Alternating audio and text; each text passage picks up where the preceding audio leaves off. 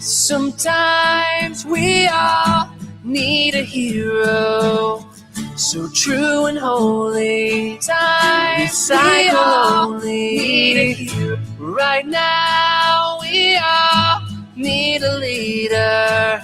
You're gonna change the game, just stay out the rain. Cardboard Ayatollah, you are my king, I am your soldier. And I can be anything you want me to be. Cardboard Ayatollah, you could be right in my folder. And we'll never stop until Iran's not free. 'Cause there's a cardboard Ayatollah deep in me.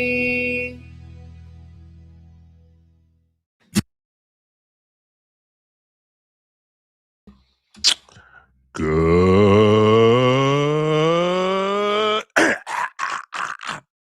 Good. Take two. Good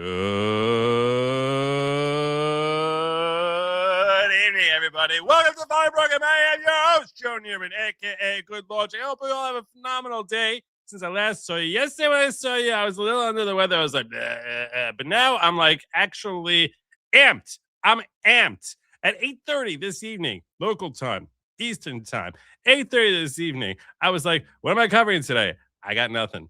And then it just started raining down on me. Just one story after another. I was like, oh, I really want to talk about that. Oh, I really have a lot of thoughts about this. I got nothing to say about this, but you guys would be really interested to hear this one. I got a whole bunch of them. I only put up in the title there and the description. I really just gave you like the bare bones, which is, drones threatening California from Iranian drones, potentially FBI saying maybe flying over the Hollywood sign. I don't know. I got the Seventh Circuit, which is slamming in a way that's kind of comical, actually, slamming an anti-ICE judge. I got other breaking news with respect to SCOTUS, which I didn't reference in there, or appeals to SCOTUS that are coming down the pike. I've got grid warnings. I don't even know what's happening. We also have here a goal. Tonight's goal is we hit our nightly goal of 15 super chats, Rumble Rants, Digger Dollars in quantities of $10 or more. And we get 15 of those in the next 2 hours. I am going to give you hour number 3, which is pretty shocking considering that, I don't know, an hour and a half ago, I was like, I have nothing to talk to them about. And now I feel like I can go 3 hours. Easy. If only I had a host, someone I could bounce ideas off of, someone I can schmooze with. Oh, look at that. Just lurking backstage. Hi, guys. What's going on? What's up, Joe? Yeah, so I actually was so desperate that even at 9:40, in case you at 9:40, when I called him up, I was like, I got 2 stories. I really have like nothing else. Mm-hmm. And then and I said, do you have anything? He's like, Joe, why didn't you reach out to me? I don't know, more than like 3 minutes before a show. And I was like, I don't know. And then so I was like, just do what you can. Skip on your merry way. And within 5 minutes, I actually had like 6 more stories I wanted to cover. And so that's the way God sort of works it. It's like, oh, this is something I really want to talk about. I want to talk about Massie.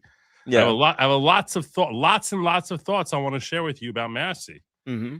I got so many of these stories. I have so much confidence. What? It's membership only? What is this? What are you talking about? Because it's membership only. Did I make chat members only? Did I do that? Let me go look. 'Cause I'm not a member of your show. Unless I got gifted one recently. Did I really do that? So that sucks. I remedied that.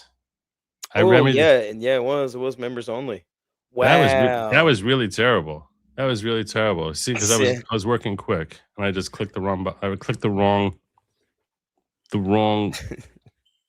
There's got to be a word for it, right? You're literally a professional. You've been doing this for how many years now? Yeah, this is true. I've never done that. I've never clicked it as members only, mainly because they don't offer me memberships for some reason. I apologize to those of you who had a lot of thoughts to say. Yeah. And didn't have a chance to voice those opinions in the chat while you were sitting here waiting for me. I'm Terribly sorry. Chat, what I'll do is in the private chat, I'll just cuss Joe out for you. So don't you worry about it. I will handle it. I've remedied it. I appreciate you calling to my attention, Brian. And I appreciate, see, Nano's trying to remedy in her own way. Thank you. There you go. Thank you so much. God bless you. Gifting 5 Good Logic memberships, bringing 5 new people into the following. 5 people brought into the following courtesy of Nano's. That includes Shannon Miles, not Richard Parker. He was already a member. Stacy 7731, Dawn Till Dusk, Velvet Bees, and Jeepus Murphy. Welcome to the following. Please be aware that the following is not at all a cult type of cult. There's no UFO, no spaceships, no tracksuits that are mandatory, no goat sacrifices, no squirrel mutilations, no throwing virgins to volcanoes, no dancing around bonfires, shucking up your clothing to the beat of a tom-tom while chanting, hey, I just have a pile of squirrels over here and goats just ready. Not at all a cult. For nothing. Welcome. Welcome. It's just a gathering like my individuals seeking greater personal growth through community unity, learning, and thinking. And thank you, Kelly, for just dropping on in here with a little picture of her with Donald Trump himself. That's pretty cool. Fancy? Fancy indeed. Fancy indeed. I got a couple of stories I wanted to share with you. Do you know who Walter Masterson is, Sin? I have no clue. How do I not know who that is? That sounds so familiar, but not. Okay. Did you hear the story?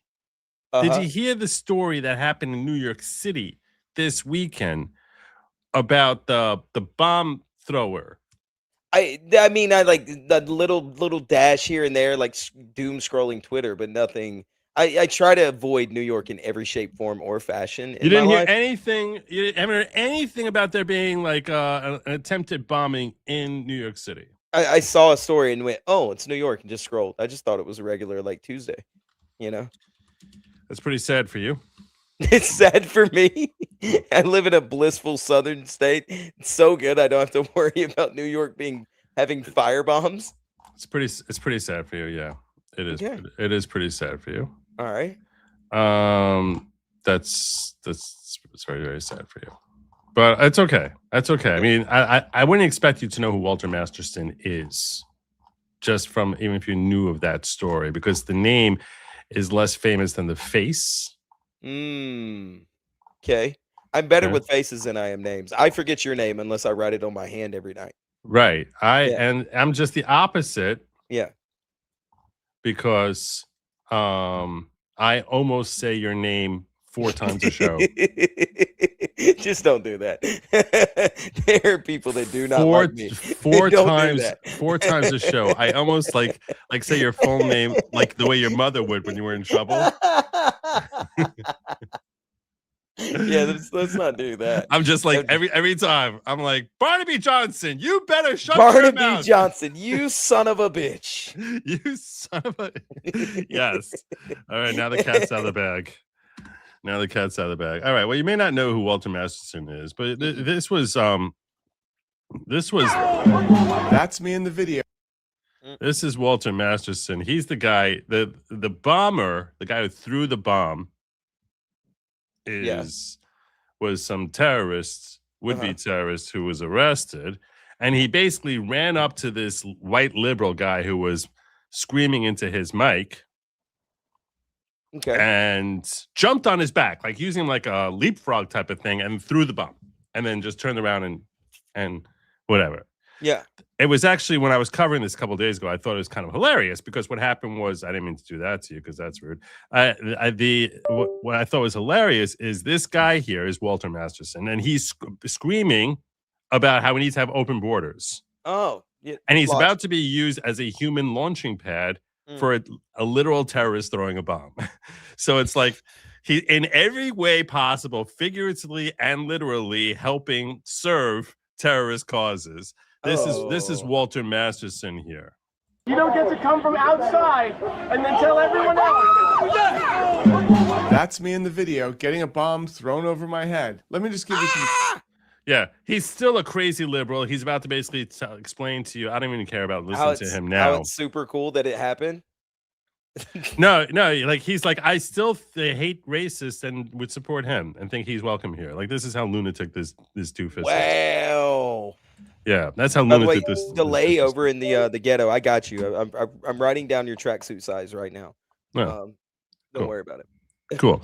So I wanted you to have that context, Okay. just so that you wouldn't be behind the rest of my audience Mm-hmm. when they see this other video of Walter Masterson. I can't verify that this is from pre-January 6th. Uh-oh. But this is Walter Masterson also. Oh no. Guys on. Okay, so I'm gonna wear a mask underneath the mask. Oh no. Extra protection because it's very well maybe a super spreader kind of I thing. think you should wear this. Oh god. Here, this is your mask. Oh my god, the America mask. I might take this America beanie Gotta too. put my This tampon comes on, like that. you know, just for protection. He was like an undercover guy Jesus. at J6. Hard to stomach. I might wear it backwards so I don't have to be too heavy. Dude, Walter, what are you doing, buddy? You gotta blend in. I'm absolutely not kidding. You need to have an identifier. This is literal proof visual. that there were people that were not right wing doing all kinds of shenanigans and chicanery on January 6th. Yep. And he was one of them. Yep. Like, there's something buddy. visual. What do we think, folks? Do we trust this is a Trump supporter? There is an imposter among us. I mean, you could also wear this. If Yeah, the America hat might be my move, but we'll see. I'll bring them both in my backpack, so we've got them prepped. All right, and then we've got Fox News, OAN, CNN. We're ready to. We're ready. I don't know if we're committing crimes doing this, but you know, like So are you insinuating that I don't work for all three of these companies simultaneously? I am at feel least like a you're- little you're bit insinuating that. Now, is that a crime or not to pretend like you represent a news organization? Because I know reporters do get a little bit of a special privilege. Would that not be some form of impersonation?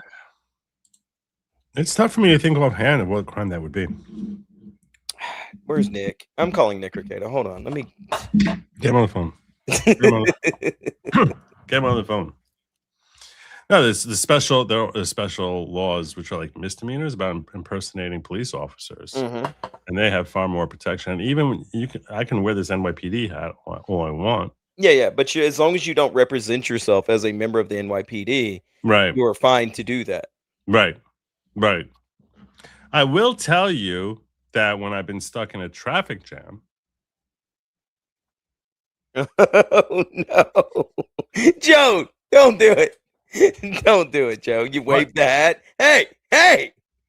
Look at the hat. I've heard stories of folks who, when they're in a traffic jam and might have some sort of police That's hat, better. that they get out of the car and they start directing traffic. Like you go there, you just sort of stop one group, make the other ones go. Okay. You know, Yeah. just sort of move things. It's not to like really. You're not really doing anything. You're just showing off your hat. It's a matter of just trying to help society It's your civic duty, is what you're saying, Joe. be more expeditious. No, If it's I like can get out of this traffic, if one I can person help. takes charge, Uh-huh. everything moves much faster. yeah. So you just Sure. have to have one guy stand in front of one car and say, "Whoa, no," and then say the other one, like, come on, come, and then you tell them stop. You like go, and then everything goes. Otherwise, it's just like there's like this whole. They have to have like this whole. You have to be like a Jedi, like they're reading each other's minds. Are you gonna go? Am I gonna go? It's like a much slower process. This way, it's like you have one person taking charge and just be like, like. Oh, come on, let's go. Okay, stop. And then you let the other ones through, and it's a whole different experience for everyone's happier with it.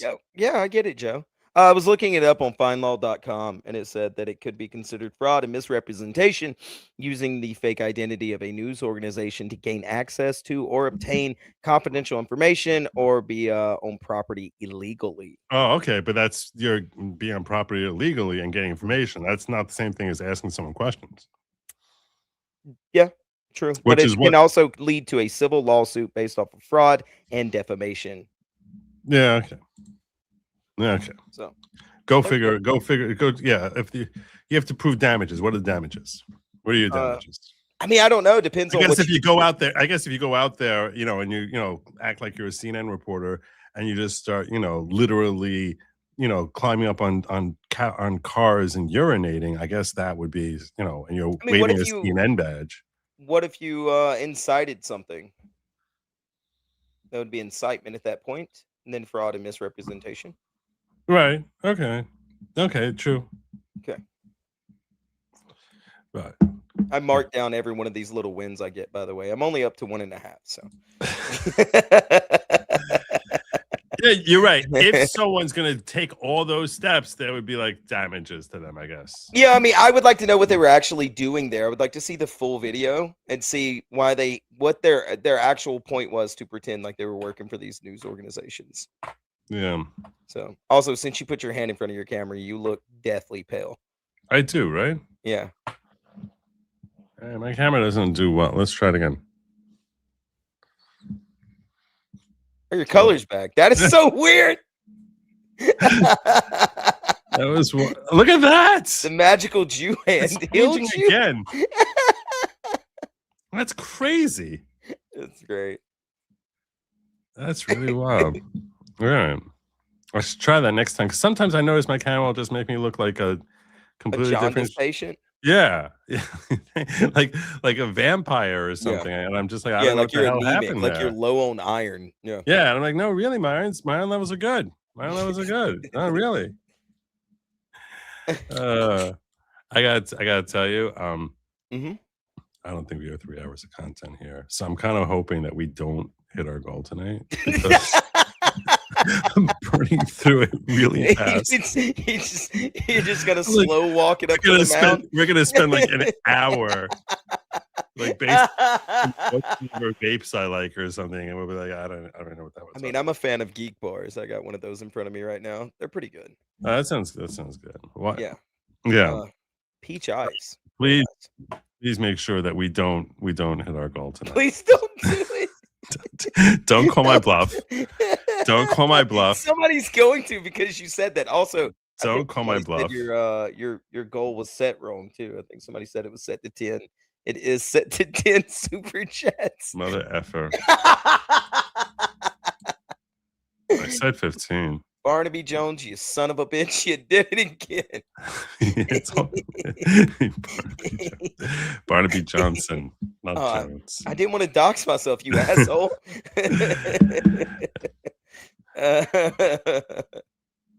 All right. I'm you know you can delete a goal, by the way, and reset it. Can I really? Yes. I've had Well, to do seeing it. as how we haven't gotten anyone to hit the goal yet, I do. We have a big fat 0 up there so far. Goose eggs. Yeah. Can I really delete that? How do I delete it? I always set my goals on mobile because it's less finicky to me. When I do it on the computer, it never accepts it. And I can do it on my phone; it accepts it automatically. The goal thing is weird, also with wording, like because I do a lot of joke goals. You do joke goals? Yeah. What's a joke goal? So I have people running around like claiming a bunch of stuff about like how tall people are on my panel on my show and trying to make jokes. And so I said, tonight if we get $100, we're gonna put that into a fund for everybody to get Turkish leg lengthening surgery. It wouldn't let me put Turkish in there. Really? Yeah, I had to put Turkey in like quotations for it to do it. It was weird. These two mothers just like hit $10. I saw that. Yeah, I'm calling your bluff. Like I told you that they would do that the other night when you were like, "Hey, I'm going to bed when I get $100 super chat." You made $300, Joe. Your audience. That's not loves true. You. That's not. You true. literally did. They paid you 3 times to shut up. To shut up and go away. They kept saying, Shut "Joe, shut the hell up. Just shut up, Joe." God, this is awful. That is very kind of them. That is very kind. That is very kind of them. All right. Well, yeah. Okay. Anyhow, I said 15, but I wrote 10. Oh God, I hate this. Is terrible. Yeah, man. This is disaster. Yeah, the offensive you ruined sidekick is kind of a plus, but he's never been allowed to use the space laser. No, this is true. And for good cause. I got I got arrested hiking in Point Sal, Vandenberg, Titan Launch. All right. So I'll tell you this much. Seeing as how you touched on this story, I will tell you if we hit our actual goal tonight, if we hit our actual not the 10, I'll honor the 3 hours at 10 because that was my own screw up. So I'll honor that because I'm not gonna take that back. So, So wait, then why are you saying the actual goal then? Wait, what is this? But what if we hit what do you- if we hit the actual goal, 15. of 15, if we hit that, I will I'll share a story over from when I may or may not have ended up having an issue when I was wearing this police hat, along the lines of what we were talking about. Like, it was a funny story that just made Lady Logic giggle with laughter. Like, it made her giggle with laughter. So I'll share that story if and when we hit that goal of 15. But at 10, I'll do the 3 hours because I said I would. All right. I think that's fair. I think that's appropriate. I mean, that's an appropriate thing. All right. Gotcha. Who was saying I'm calling your bluff? Oh, I got arrested in hiking in Point Sal, Vandenberg, Titan Launch. What is that? Do you know what that is? No, I have no clue. I'm not sure what that is either. Yeah. Or maybe that was like some spaceship launch. Maybe. Oh, so he was in the wrong place at the wrong time, I guess. Maybe. I don't know. Wrong place? Yeah, baby. All right. So he's calling my bluff. Put up the Jim tells you bat signal for information. Yeah, he hasn't sent me anything this week. I don't know what happened, but yeah, here they come. Here they come to basically punish me. This is like when you expose a weakness. I told you, man. I guess that was going to happen. Pam Running saying, hello, everyone. Brian Oldenkamp coming in here with not one, no, not two, no, not three, but four of these is by my count. And Meta with a long E saying Wednesdays are my favorite. There you go. Sorry, Meta with a long E. Oh, well, thank you so much, Mita. I appreciate it. She's pushing us toward our goal. I spent all week wondering if Joe is actually going to answer his phone, and I sent him an early message. It's the way I work, chat. I'll send him an early text. Hey, man, what time we rocking tonight? And then I'll wait. He'll send it like at 7:30 or something. That's when, which is early. That's pretty. And then I'll wait, and then maybe he'll call me, and then maybe he'll DM me and go, "Oh my God, I forgot. Here's a link." So you'll know how your cult leader. Just so you know how things are working backstage. Yeah. Sadly, none of that is made up. It's really not. No, not at all. None of that is.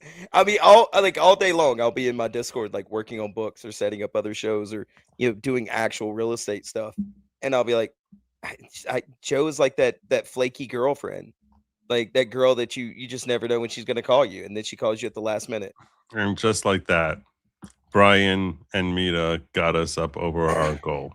I told you it was gonna happen, man. You never listen to me. Go! Well done, chat. Well done indeed. They really did hit us hard there. Like Brian just Oldenkamp came in here. How many you send in, Brian? 1, 2, 3, 4. I said 4 or 5. I'm gonna give her the horn anyway. And Mita came in with 3 herself. She came in with 3 of them, and then Steve OG came in here. And well, anyway, I'll give this for you, Mita. So there you go. Sounding the horn for you. We hit our goal. If we get another 5, if we get another 5, I will share that story during the 3rd hour. Also, we'll see. That I'll do for it. It'll just be like $50, which I assume will probably hit at some point. But only 10 supers. Have you seen the blackout in the Taiwan Straits? Usually multiple fights daily. 0 flights in 10 days. Could it be equipment failures in Venezuela and Iran or Israel hacking cameras? I don't really follow the Taiwan Straits. I don't fancy myself that internationalist. I'm sure my co-host is on top of it. He's just very shy. Yeah, I've been paying attention to it 100%. All day, He's every day. he's Been all following over it by the that. minutes. Yeah, I'm Yeah. not busy doing other businesses and other life things. No. Speaking of doing other businesses, I will tell you this. Part of the reason I wasn't able to start prepping for this show until 8:30 is because I've been really killing myself on this Kid Cudi testimony thing, and today I finished it. It's true. I still want to like tweak it, like I want to go over, but I finally like actually it's done, and there's really very little tweaking I have to do, so it should be out in the next day or two. Probably gonna be a Nice. Friday. It'll probably be a Friday thing. So you're really gonna like this video. I'm urging you to check it out. Likes, drop a comment, hype if you can. That'd be really awesome. You can only hype. Did you know what hype is, by the way? Yeah. You can only hype videos. You can't hype live streams. So normally, like if I see you put a video that comes across my thread, I'll hype it. You can only hype one a day, I think. No, 3 a week. Is it 3? 3 a week. Because I mean, I only do it like to my friends that I see, like, oh, it pops up. And I try not to go like searching for them, so it's sort of fair to whoever puts out a video. Yes, exactly. 10 supers for a third hour, but 15 if you want them to talk. We're just gonna sit here. You know what? That's right. You know what, boys? You nailed it. You picked up the game. He figured it out.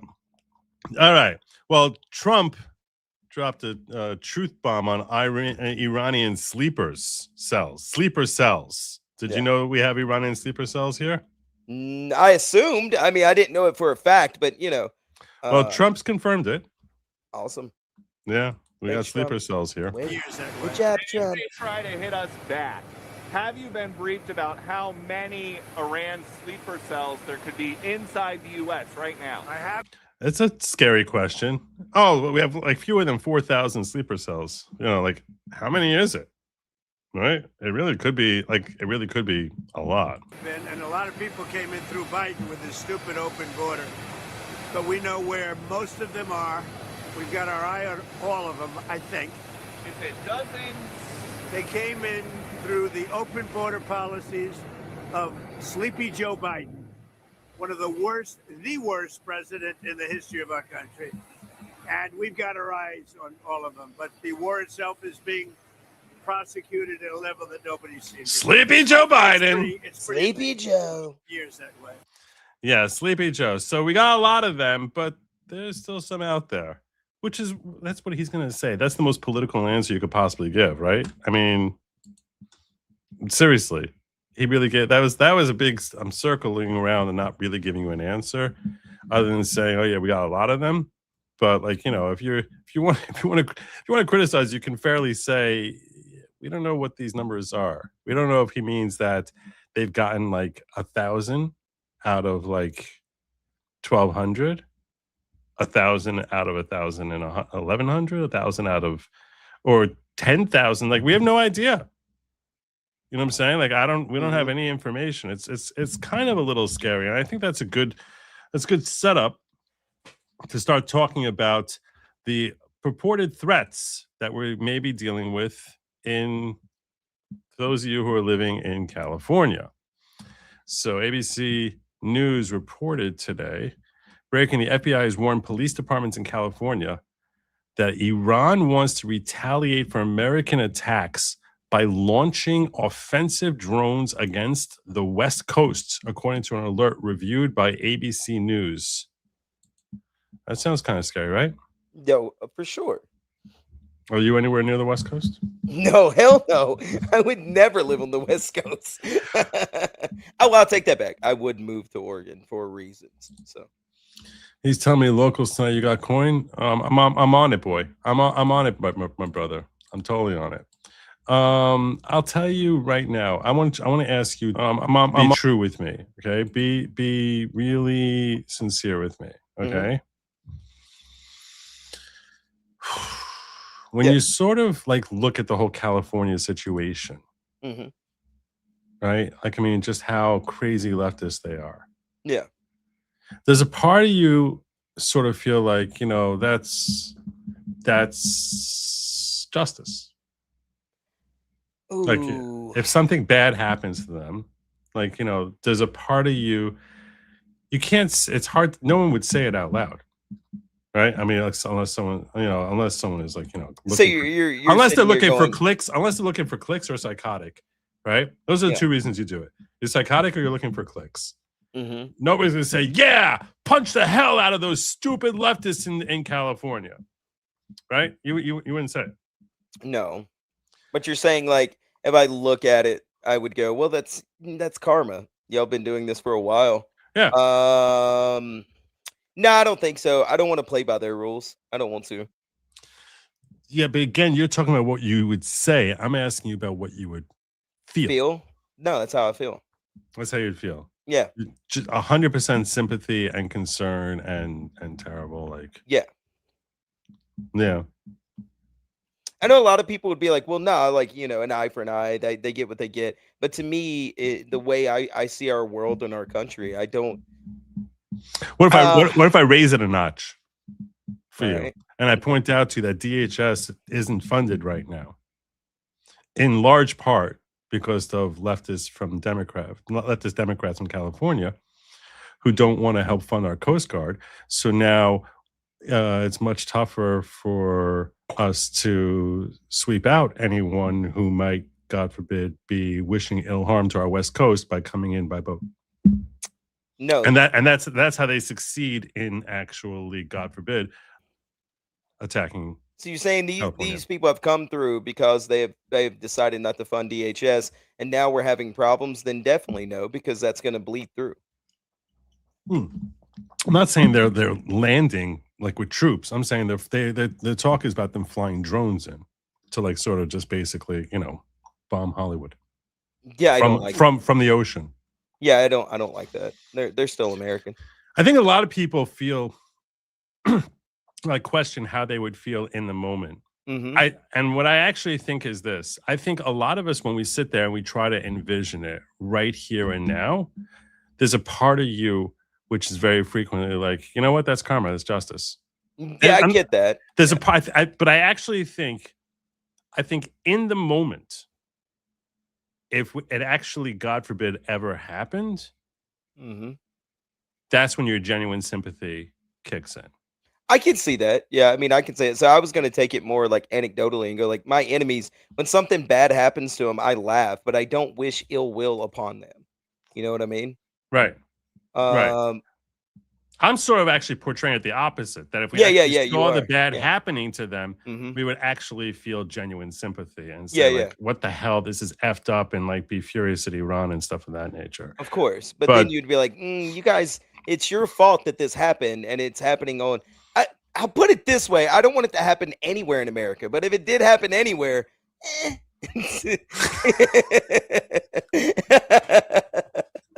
What? What? I'm just. It's a very simple, logical answer. That's an educated answer right there. So if it was going to be anywhere, Just saying, man. There's less redeeming things and redeeming people and qualities out there than there would be in, say, like a New York, I think. okay, Yeah. all right. It's my most college educated answer in the world. Nanos, thank you for the $10. Much obliged to you. You're awesome. I'm gonna give you one of these. I'll give you the horn also. It's your second one. So we're giving them away tonight. Barb Loves Last said, have sin on more than once a week. Do you agree, chat? Even twice a week would be awesome. Ooh. Maybe, but he would have to start cutting me in on super chats then. Look at him! Look at him! Look at him! He started counting the quarters in his pocket. I was like, my thought was, Eh.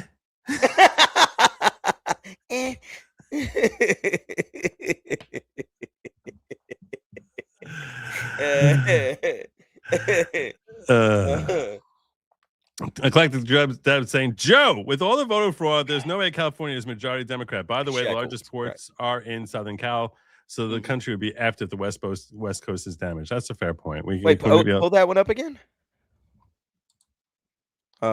What country would be after if the West Coast is damaged because we wouldn't the be able to largest get ports are but we wouldn't get a lot of our stuff wouldn't be able to come in here. Yeah, because of the way California is. True. But I mean, it happened during COVID. Remember, the whole ports were shut down and everything. My state was lucky because we do have a huge port. In like Mobile, there's like a huge port. Yeah, but all the products that are coming from China are basically coming into to California, and then, which there's still a lot coming in from China. Yeah, China. Say it right. Nobody knows what you're saying anymore unless you do it that way. Taiwan, China. They still wouldn't get to you. They're not gonna circumvent. They're not gonna go through unless they go through the Panama. Stop buying Chinese. Unless they go down through the Panama Canal. California. We're gonna do it, folks. I guess they would start coming through the Panama Canal. They would have to, yeah. Right. Hey, Kelly. Yeah. I don't know. They would have to. I mean, it didn't cause prices to like massively skyrocket whenever they had the ports backed up for months and months and months. But if you destroyed a port, then yeah, I think that would be an issue. But also, it's California, and it's a little. Yeah, and J.H. Schwalbeck says, I'll bring this up on screen here for you so you all can see it you can all see it with me. He's over in Locals. That's where he loves hanging out with the local denizens. Jay. Yeah, JH says, let me see if I can make this bigger. Joey, please have Iran attack us. There's nothing they can do to us in California that Newsom hasn't done already. As a realtor in California, I long for my 72 virgin goats. So Islam was right. Is that what they're trying to say? I don't. I had a whole thing about the whole 72 virgins the other day here, but I'm not going to repeat it again. Beautiful Messy Ball says, don't forget health insurance companies took out clauses that covered illness and injury as a result of attacks from war. Interesting. Yeah, they know what they're doing. They know what they're doing. Anyway, so let's get into the now that we've pre-covered, we've done our prep for this story.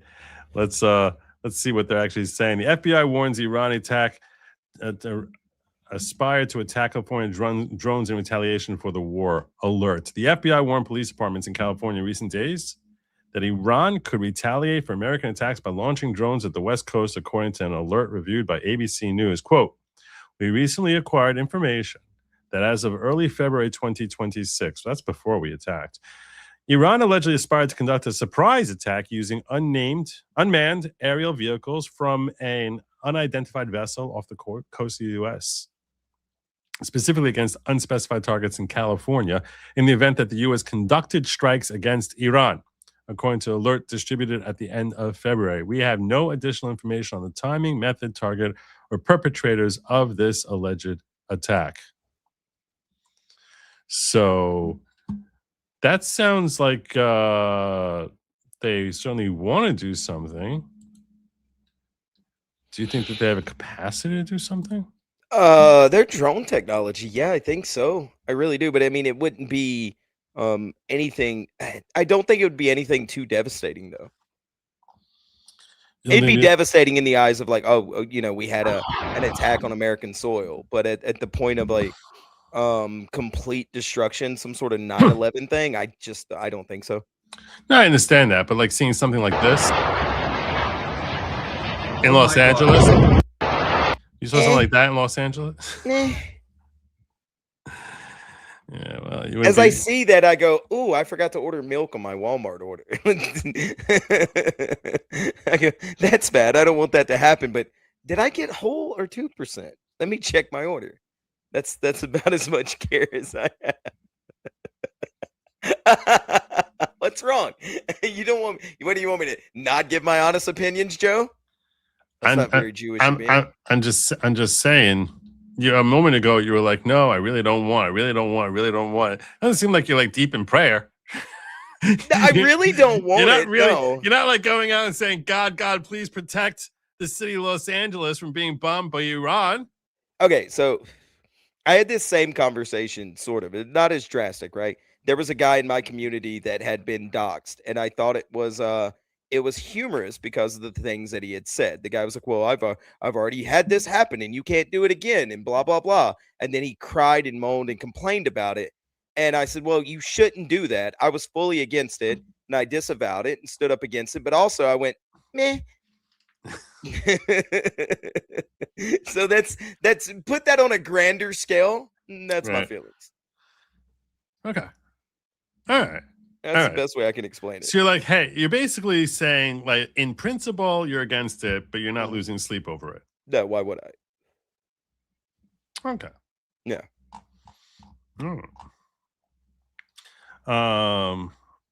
Yeah. Eclectic Deb is pointing out, though, but we also export. Jeez. We do. Why would you give a strategic codes? The ports work 24/7 during the lockdowns. Buy local, buy often. Firebomb California, China. We actually, it's interesting saying the ports were working 24/7 during the lockdowns, because I remember that when we had skyrocketing inflation during the beginning of the Biden administration, all we were told is, well, there's such a logjam because they couldn't do anything during lockdowns. I remember them saying that over and over again. They had pictures of the boats like miles out into the ocean, and people were dying on them, and because they were living on them for months. And yeah, I remember that. Yeah. So they had that drone I showed you, that video there. Mm-hmm. That was a drone. That was one of their drones, Iranian drones, at least according to Wait, so that's hitting real. UAE. This was hitting UAE. Oh, okay. Oh my God. Yeah.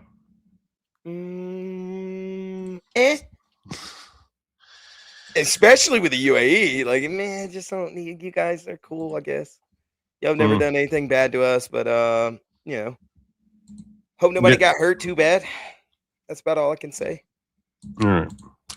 Let's see how ABC News was covering it in their the FBI warning when they have a talking head saying it, because it obviously is going to sound very different. But let's hear what they got. The FBI warning of possible Iranian drone attacks on our homeland. A new alert reviewed by ABC News revealing Iran's aspirations to conduct a surprise attack specifically against unspecified targets in California. The FBI saying it's warned police departments. Why do you think they would pick California specifically? Like, that's the goal. You think it could be because of what Eclectic Deb is talking about as far as the strategic value of our ports. I don't think it's just that. I think that is a part of it. I also think it's easier to get a drone from Iran to California than it, without being noticed and, being able to do destruction, than it would be to get it to fly across all of Eastern Europe, all of the, the Atlantic Ocean over to the East Coast. Did that blow your brain? No, I was actually trying to decide whether I should qualify or just outright call that the stupidest thing I've ever heard in my life. What do you think? Or at least from you. Not the stupidest thing I've ever heard in my life. I've heard stupider things for sure. You've definitely heard stupider things from me. I screamed the N-word one time. What are you talking about? I'm simply saying, have you ever traveled to the Middle East? No. Why would I, Joe? Why would I ever? What is over there for me? Well, I have. A wall? I have. Uh-huh. Okay. Yeah. It is much, much further for them to go that direction towards California. Yeah, but much further. You got to think about the strategic point of having allies too. Much further. Yeah, we have less allies going the other direction. Okay. All right. I guess. I guess. What are you talking about? I'm just saying it's a much longer trip. Sure, but I'm talking about it being strategic. You have to think about the practicalities of actually, fueling up and making a trip like that with like a ship that's carrying drones, right? I mean, like, where are you fueling up? You think the Iranians took a ship out in the middle of the ocean and then launched it, or do you think they just launched it from Iran? No. I think they. Okay. I don't know where they launched from. I would assume they launched it from Iran. I would think so too. So if it was me, just thinking about it like strategically, okay, if I was going to fly it, I mean, the Pacific Ocean. Just start with this. Pacific Ocean is much bigger than the Atlantic Ocean. Agreed. And then they have to go basically, the length of Russia, which is like 2.5 times the length of the United States. Okay. That's basically what they have to do. Yeah, but you're completely then cross the Pacific Ocean. That's what they did though, right? It's like scratching your left ear with your right hand by going behind your head and like going. Okay, so if I laid it out here to you, right? We're in a war room together, and you go, "Hey, what are we gonna do? How do we keep this from being shot down? One, or being reported to be shot down, right? Or some way they can protect themselves. And then what is the most strategic place for us to bomb? Also, you go, well, it'd really make a big dent if we hit the East Coast, right? New York, big news, blah blah blah. And then you go, all right, cool. How do we do that? All right, you can fly through Eastern Europe, the UK, all that shit. And then you get to America without nobody seeing it, nobody reporting it, none of our allies shooting it down. Or you can fly the other direction, hit a port in California. And how many people are allies out in that direction?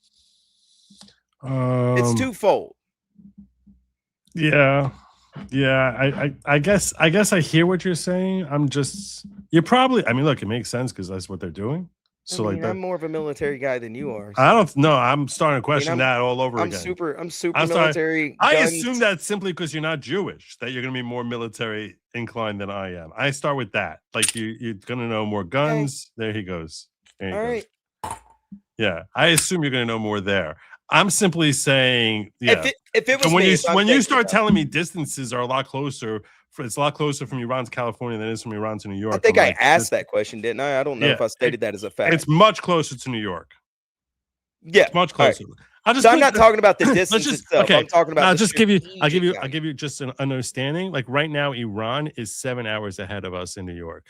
Okay, and they're like 19 hours away from. Like on a clock, I'm saying they're 7 hours ahead, right? Which makes them they're basically like 14 hours. It's like twice as far, California. If you're just looking at time zones, like from California to Iran, you would obviously cross the international date line. It's like 14 hours difference versus 7 hour difference from Iran to New York. You're looking at 1,000 miles extra. You're wrong. Twice as far. You're talking about 1,000 miles more. How do you consider New York, 7 time zones to be 1,000 miles? I just looked it up. I pulled up ChatGPT and said, how far is New York City from Iran? It's 6,217 miles. LA from Iran is 7,595 miles. So, bro, me and you need to have a war across the country. I'm going to take over every Jewish person between here and New York. I'm about to play you Risk and kick your ass. I'm going to kick the hell out of you in Risk. I'm just telling you, bro. Get them Call of Duty games going. I'm going to ruin your entire day. This is the most. How is 7 hours 1,000 miles? Just ask yourself. I don't know. Ask the world. Don't ask me. I didn't measure the world. You're arguing time zones. I'm arguing distances. 7 time zones. It doesn't matter. The miles are the miles. Okay. All right. I can literally be in a different time zone in like an hour or two. What does that mean? Yeah, but you can't be in 2 different time zones an hour or 2 from now because you have to go like. Technically, I could just stand on the line. All right, we'll break it up this way, okay? Okay. There's 4 time zones here. So each time zone is roughly 800 miles. So you tell me 7 time zones is 1,000 miles sounds crazy to me. Mm-hmm. See what I'm saying? Yeah, it just doesn't make any sense. It doesn't make any sense at all. No, I wouldn't base it off time zones. Because it's 3,000 miles from here, from New York to California. Okay. So maybe, yeah, and that's the thing is I think Beautiful Messy Ball has it correct that ChatGPT is probably doing mileage by air, not by sea. It's a drone. It would be doing it by air. No, it's going by sea. The drones aren't flying 7,000 miles. I literally just asked you, do you think they launched it from sea or from Iran? No, they're definitely launching from sea. Okay, I didn't understand your question then. Well, then that just means wherever the strategic. But that's definitely. I'm definitely going to California then. Why am I going to come up the East Coast at all with a ship? Well, Brian doesn't think anything's going to make it here, and he's the best Risk player ever. So best Risk player ever. So that actually sounds a lot more authoritative than you saying that's closer from Iran to California. Look, man, talk to ChatGPT, not me. It's 14 time zones. Why do you keep versus arguing 7. time zones, though? Because time zones take up space. What I'm saying, the reason it's a different time zone. Time zones take up space. What I'm That's your saying argument? is time zones reflect distance. Uh-huh. In other words, the reason it's a time zone later is because it's going to take an extra hour for the sun to reach the same point in the sky when you go further west. Oh my God. So how much further west is an hour passing? That's a lot of mileage because the sun's moving relative to the earth pretty damn fast. It doesn't look like it, but it's moving pretty damn fast.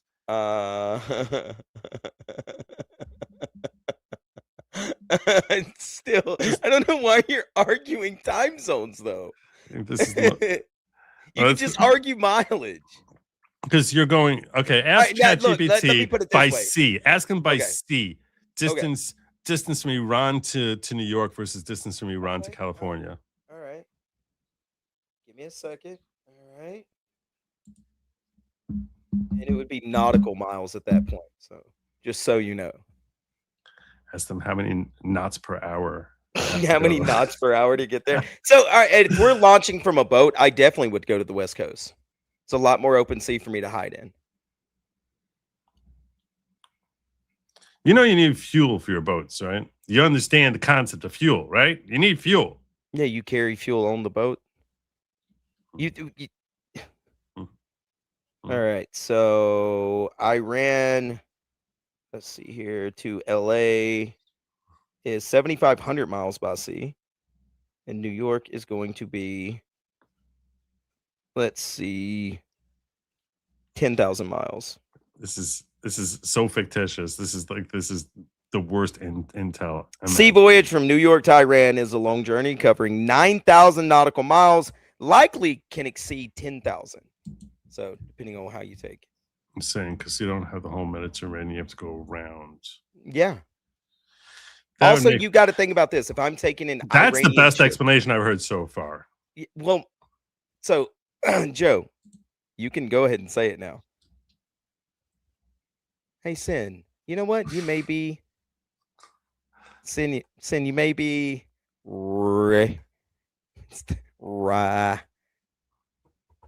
A rhino? Now that's the meanest thing you've ever said. All right. All that money, Joe didn't open Super Rock, and he's making. It could done from the ocean near Mexico, I guess. Do you think Allah cares about time zones? I think Allah cares about time zones. Allah doesn't care about time zones. Those are man-made, by the way. That is a societal thing that has been placed upon you. Take that yoke up off your neck and quit looking at the clock.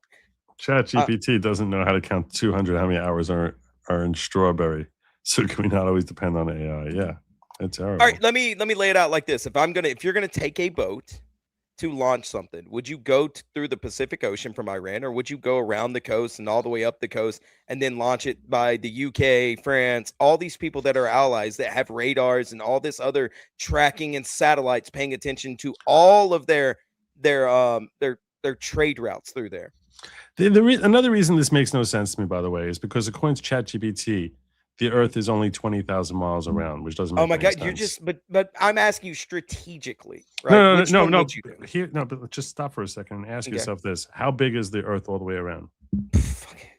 I don't know. It's 25,000. It's 25,000 miles. Okay. But America is only 3,000 miles across. Mm-hmm. So how can it be 7,000 miles in one direction, 10,000 miles in another direction? Even as the crow flies, that wouldn't be enough. And when you're going by sea, you can't go as the crow flies. So these numbers are way off. That's my point. Well, the mileage would be different because you have to go around different land masses. It'd be even more than 25,000 miles. Well, I mean, the circumference of the Earth is going to be that because of the equator, just as the crow flies around the world. Right. So my point is, okay. I think we've talked ourselves into a knot now because you just, I don't know.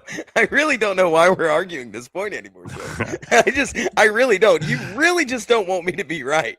It does, because none of this information. Thank you. Richard Parker says they have no Navy. How are they crossing anything?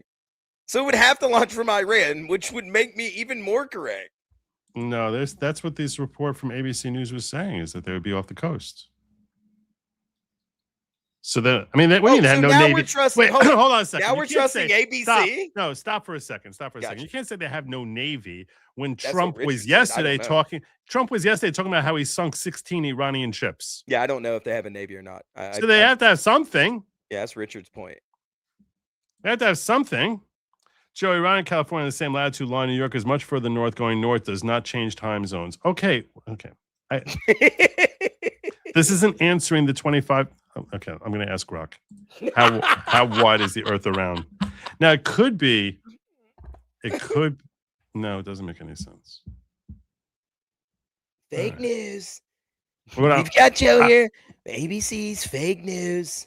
No boats. I was thinking maybe it's only 25,000 miles around at the equator. So maybe if you're further north, it's not 25,000. If you're further north, around. It's definitely not 25,000 miles. Well, that makes sense, right? Obviously, because you can make a circle around the Earth, around Antarctica, and you go like 1,000 miles. And if it was me launching from Iran, so I didn't have to go around like the Horn of Africa and go all the way up, you would want to go through the what is it called? The Northern Circle or something? I don't know. I'm retarded.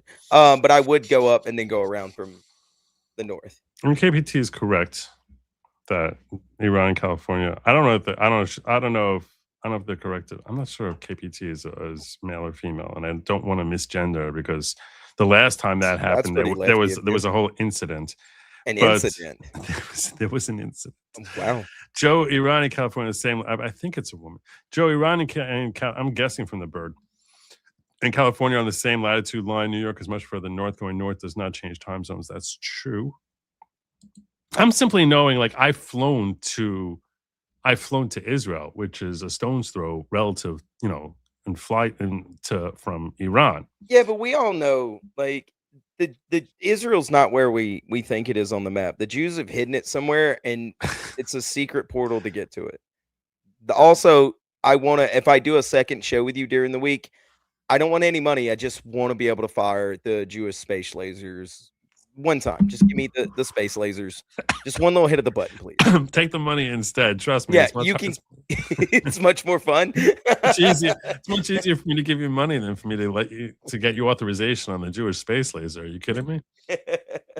Boats. They have no blue water vessels. Somebody's saying Tehran is like 2,000 miles from Israel. Everybody's just dunking on you, Joe. They're just really abusing you right now. Tehran isn't. Is it really that far? It could be. Tehran As the crow flies, that's what somebody's saying in the chat. Over in the ghetto, my homie's in the ghetto right now. I haven't been checking the ghetto. On Joe. Then they wonder why they wonder why they live in the ghetto. You know what? He's a tyrant, chat.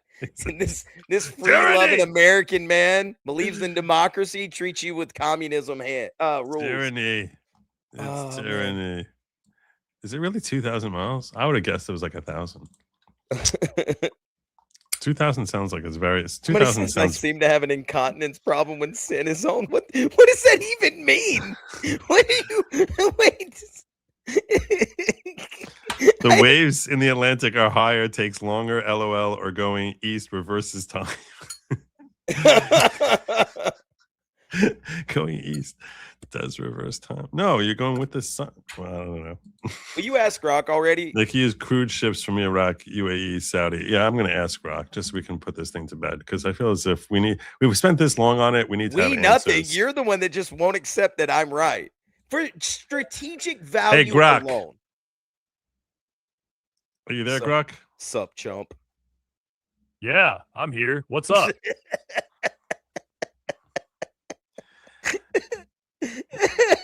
We're figuring out a tactical strike coming from Iran to America and trying to figure out, assuming that they came by water, which way is shorter? Is it to attack the East Coast or the West Coast?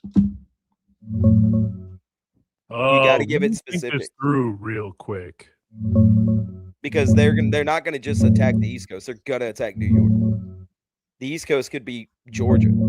Yeah, East Coast wins by a mile, literally, from Iran, say Bandar Abbas. You're Literally looking a at mile. 6,000 nautical miles to New York, straight across the Atlantic. To LA, that's pushing 8,000 or more, looping around Africa or through Panama. So shorter to hit the east. But honestly, if they're coming by water, good luck dodging the Navy either way. So wait a second. Are you saying? Are you? I'm not. If they were attacking the West Coast, let's assume that instead of going through the Panama Canal, they went around the globe going eastward, crossing the Pacific Ocean. How far would that take compared to it striking New York by crossing the You Atlantic? ask it, which is more Still strategic? longer. From Iran to LA going east, across the Indian Ocean, past Australia, then straight up the Pacific. That's like 9,000 miles, maybe Which is what I 10 if said. you're dodging storms. Literally said Atlantic that to word New for word. York, 6,000 flat. So yeah, East Coast still shorter. West Coast just farther, way farther. More strategic, though, is the thing that I've been saying the entire time. Okay, look, you want to tell me more strategic? That's literally what I said from the beginning. That's fine. I'm simply saying, don't tell me that it's like, virtually the same thing. It's basically like an extra. It's basically an extra 50%. Do all this Jewish chicanery to get Grok to agree with you that it wasn't the same math that I gave you earlier. Yeah, but like seriously, if they spun around on their head and stopped in Hawaii, had a nice little meal, went through the Panama Canal backwards, then would it be longer? And you're like, well, I guess so. Yeah, sure, Joe, you win. I think I'm just glad that you finally admitted I win. So. No, I did not. Now we can continue. The FBI warning of possible Iranian drone attacks on our homeland. A new alert reviewed by ABC News revealing Iran's aspirations to conduct a surprise attack specifically against unspecified targets in California. The FBI saying it's warned police departments across the Golden State now of strikes by unmanned aerial vehicles or drones as tensions rise in the Middle East. Let's get straight to our chief investigative correspondent, Aaron Kontersky. Aaron, what are you learning? We've reviewed an alert that came within the last couple of weeks, Kira, just recently from the FBI to law enforcement agencies up and down the California coastline, warning that Iran is aspiring now to perhaps launch some kind of a retaliatory attack on the U.S. mainland using drones on the West Coast. The alert that we reviewed said an uncorroborated report suggested that unidentified Mexican cartel leaders had authorized attacks using drones carrying explosives, so they know that capability exists. And this separate alert that we've reviewed, Kira, says that Iran has those same kinds of aspirations. So the U.S. has broadly known for some time that drones. So apparently this is like a cartel thing. That's what the cartels figured how they would strike at America is by taking ships out there and launching drones. Which that sounds like the most suicidal thing. That sounds like a one-way trip. Imagine you're coming from Venezuela, getting a speedboat and launching drones at California. I've decided I'm going on strike after our last conversation, so you're just going to get yes and hms. And people want me to have you twice a week. Oh yeah, chat. I'm totally down for that. Let me just shell out them shillings for that. This is open great the shekel purse right there. Oh yeah. Oh yay, Sin is here. So we're taking advice from the cartels now. I mean, we're not taking advice. The Iranians are taking advice from the cartels. Sure, and you're right though. I do think that's a one-way trip, but the Iranians don't care. They would look at it as there's some sort of martyr. That's true. So the cartels, you tend to think of not actually thinking along those lines, right? They would use some sort of cannon fodder guy. You know what I mean? They would get some dude and be like, "Hey, we'll give your family a crap ton of money if you go." So, hey, Pet Rescue, thank you so much. Love you too. Drones could be deployed against the homeland. We know that Iran has been using drones significantly in this 12-day-old war with the United States. That's what killed the first 6 U.S. service members in this war. but now the FBI is specifically warning police agencies in California along the coastline that Iran is aspiring to use them to attack in the West. So why California? Why the West? By the way, the people who would be happiest if there is an attack in California is Californian politicians. Oh, for sure. Because they would get up there and be whining and belly aching about how Trump is going to kill us all. They would be so excited about that. They would be dancing in the streets. Oh, yes. They went and publicly weeping about, oh, it's such a tragedy. Oh, we have this reckless, dangerous person. We have to impeach him now and get rid of him. That's what would happen. Yeah. But they would be popping champagne if that happened. And we saw how bloodthirsty they were during COVID. Yeah.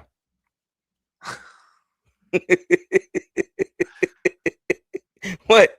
All you have to do, Joe, is say, you know what, Sin, you were right. That's it.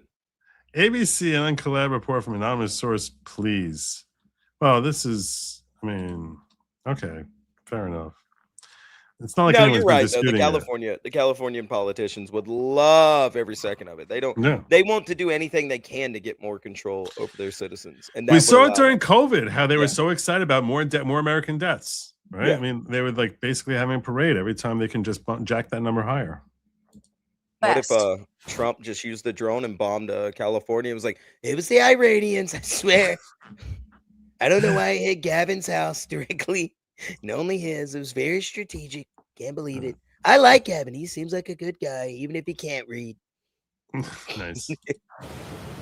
Good question. And that's not exactly clear, but perhaps there's thought that Iran has these things pre-positioned on ships that are still in international waters or that could float through international waters. We know that we've previously reported, Kira, on Iran's desire to perhaps activate sleeper cells in the United States, although that's certainly far from confirmed or far from anything operational as far as law enforcement knows. It's not clear why the West Coast as opposed to the East Coast, but that's what the alert from the FBI says. So they're curious about the West Coast thing also. Yeah. This is what Iran put out to try and instill fear. Mm.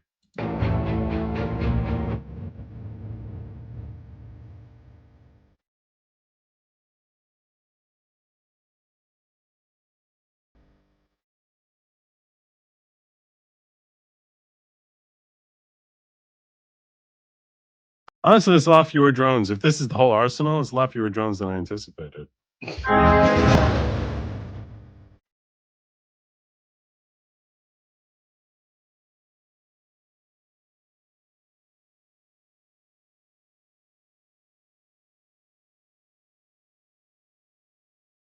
Oh, I guess they have more than that tunnel. Yeah. No, I think it's just the same tunnel over and over. You think so? Yeah, that's what it looks like.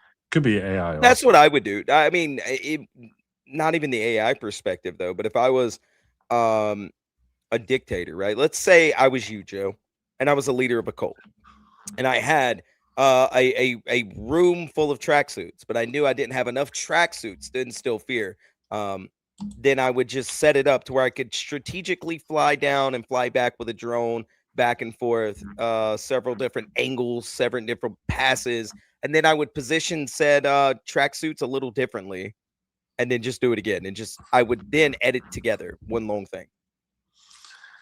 Well, aren't you skilled?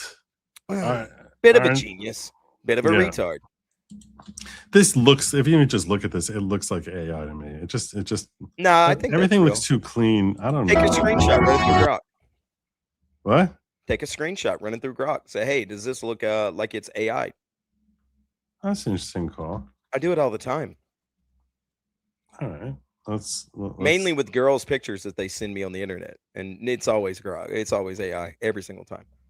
It's like, ma'am, that's not you. You've got 7 fingers on one hand. Waxing sentimental about something, an incident that happened 3 years ago. Very cool. So I'm just... one time. Just it happened once, man. It happened once. I'm glad you still remember it. Yeah, the bunker isn't that long. Somebody said. I agree. I think it's. I don't think they have that many. I think they're just making several passes. Let's see if this is Iranian drones. Takes one and no one sent. Yes. All right, let's ask Grok. Here we go. Upload file. Can you give your Grok a more Jewish voice for me? I can see what I can do about that. Enter voice mode. I just don't know, Joe. Like seriously. Should we go with Sal the smooth male, Gork the lazy male, Leo the British male? It's Sal the smooth male all day, every day. What are you? Why even ask the other ones, Joe? Sal's got that oily charm. Shut up. Oily? All right, Sal. This picture I'm sharing with you here. Some mutation from dating my cousin. Is Yeah, that don't AI? bully me. Let me take a look. Yeah, Oh, that yeah. one's definitely AI generated. Look at the hands. They're all fused together like Wait, Dude, what? I sent, What do you have dude, it? What do you have it looking I at? sent you a picture of the drones from Iran. Where are hands? What are you talking about? Grok's been drinking again. Matty Shevitz. Hang on. Checking that pic again. How many pics are you sending, Grok? Oh man, sorry, my bad. No hands at all in that drone shot. Just metal and fins. I must have been thinking of some weird AI art I saw earlier. These look good. Shadows match, edges aren't blurry. Probably not fake. What are you thinking? Legit attack footage? That's what I'm thinking. Also, what are you sending Grok? It called in 4K, Joe, is what the kids would say. What the hell were you looking at earlier, Sal? Honestly, some cursed AI-generated realistic portrait of a guy with 6 fingers and a face that looked like it got run through a blender. I swear, I thought your pick was next in line. Brain glitch. Won't happen This is again. what I sent this one. Ask him to show you the picture. Show me the picture that I sent you. I can't actually show you anything. I'm blind as a bat in here, just reading descriptions. But from what you sent, it was a grainy night shot. 3 or 4 dark, angular drones hovering over what looked like Tehran skyline. Red light blinking. I No can't. logos, I no can't. weird What artifacts. are you doing, Grok? Looked like real footage. Maybe some phone cam, shaky and low res. If you want to upload it again, I can double check for edits or fakes. Sal. Sal. You a liar. Sal, that's not even the picture he sent you. Whoa, hey, I'm not lying, man. I just got my wires crossed earlier. That drone That's not the pic, picture I sent totally you. It's real got looking. nothing. What you just described had nothing to do at all with what the picture I sent you, which was inside a cave. I don't know what you're talking about. Grok, You're being sitting a here sassy just bitch. making stuff up for me. Why? Why? You think I want that? I don't want bad info. If you don't know the answer, just say, I don't know the answer. Please resend the picture or whatever it is you need to say to me. Do that. I don't ever want you to lie to me, okay? I'm sick of you, of AI trying to just tell me whatever they think I want to hear and then ask me, hey, what are your thoughts about this? As if Yeah, you like tell 'em, we're Joe. dating or something. Go away and tell me I can't help you or say this is what it is definitively. That's why people use AI. That's the only reason they use you. They don't Yeah. use you to get fluffed into thinking something, and then I got to follow up with 6 more questions. Ask you, I don't know, like, what do you think, Joe? You're bad, Just- Grok. You're bad Grok. Bad Grok. Now pop it on the nose with a newspaper. Okay, fair. You're right. Do that. I don't have access to any picture you sent. No clues, no drones, nothing. I was guessing from content. I guessed wrong. That's on me. If you resend it or describe it again, I'll look at it. I can't. I can't. I'm dying. I'm standing up. I can't breathe.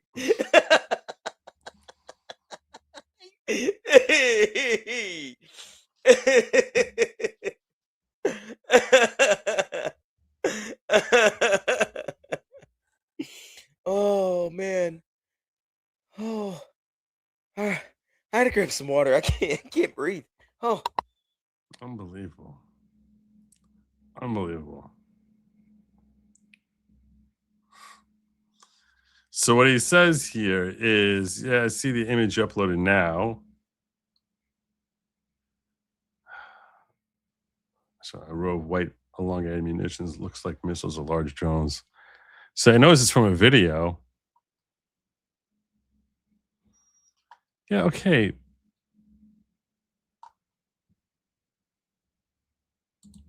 Yes, it's a still from that video. I'm trying to figure out if that video is real or AI.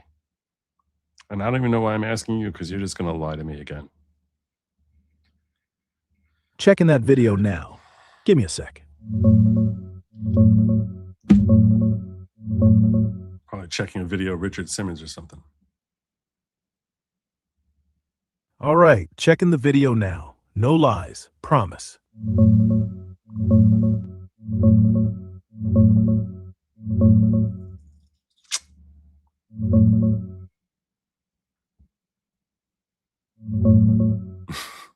Look, I get why you're pissed. Earlier, I botched it bad. But this time, just tell me whether the video is AI or not. Straight up, no AI here.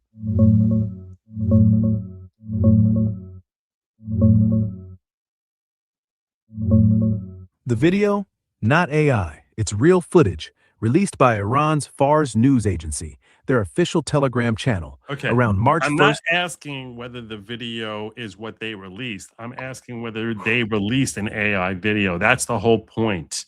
I know this is from the real footage that they shared. I just think that they shared AI. And my question is whether or not you can detect that there's AI there. I know that this is what they actually shared. I'm not asking you about that. Is Grok still being a sassy bitch? Got it. Checking for AI signs now.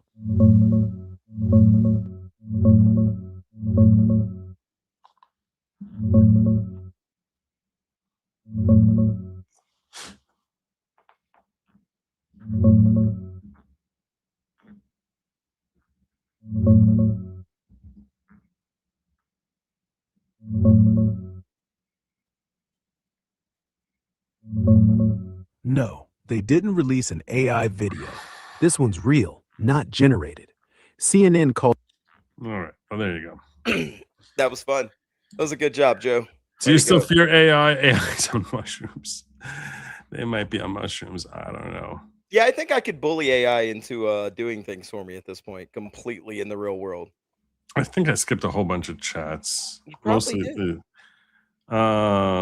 I mean, you were being sassed by AI for a long time. They use crude ships in the Iraqi, UAE, Saudi. Okay, maybe I guess. That use marginal carpets as drones. I thought that was funny.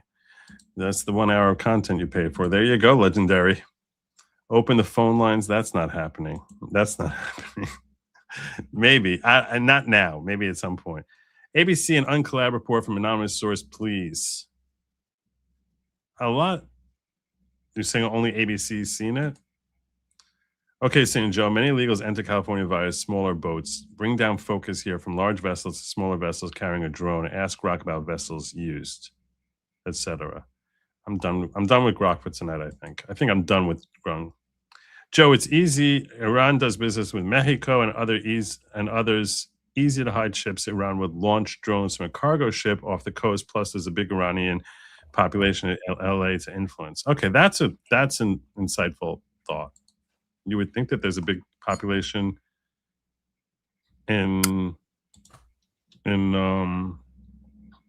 New York also, right? You would think, but I guess that having Mexico there is probably helpful. So that's a good point. Could that bunker be in California today? It could be. It could be. I don't know how any of you take AI seriously. Well, this was frustrating. Joe just made Grok's list when he turns into Sky. That's funny. Plus, if Iran wants to take ships to the Atlantic Ocean, they have to go through, I believe, the Suez Canal and other places their ships will be inspected. Going to the Pacific, they don't have that problem. Okay. It's all strategic. It's not the distance. That's what I was trying to argue. Like, if I was a military general, I'd want the least amount of, like, looking into what I'm doing. Yeah. Yeah, and you got stuck on time zones. Like you were being grok. That was real grok of you earlier, Joe. No, I was spot on. Everything I was saying was accurate, but you're telling me as far as security. You're gonna sit here. Hold on. Let me back this up for 2 seconds before we go into Gavin Newsom. Yeah. You're gonna sit here after what you did with Grok and trust what they told you earlier. What you just went through with Grok. You're gonna go, yep, I'm right, based off of this guy. Look, there are obviously reasons. There are obviously reasons that they're attacking California. That's Joe. logical. Is this so difficult to just go? You know what?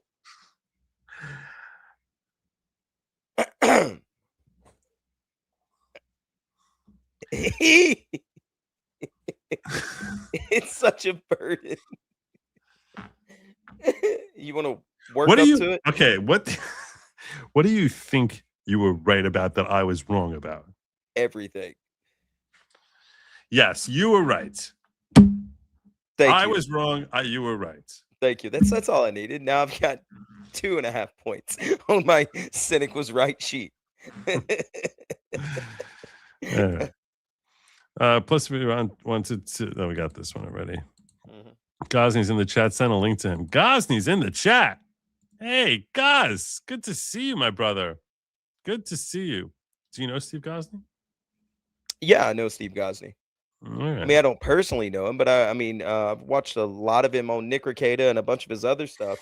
Does he do YouTube anymore? He doesn't do YouTube anymore, does he? He's pretty much cut out of doing it.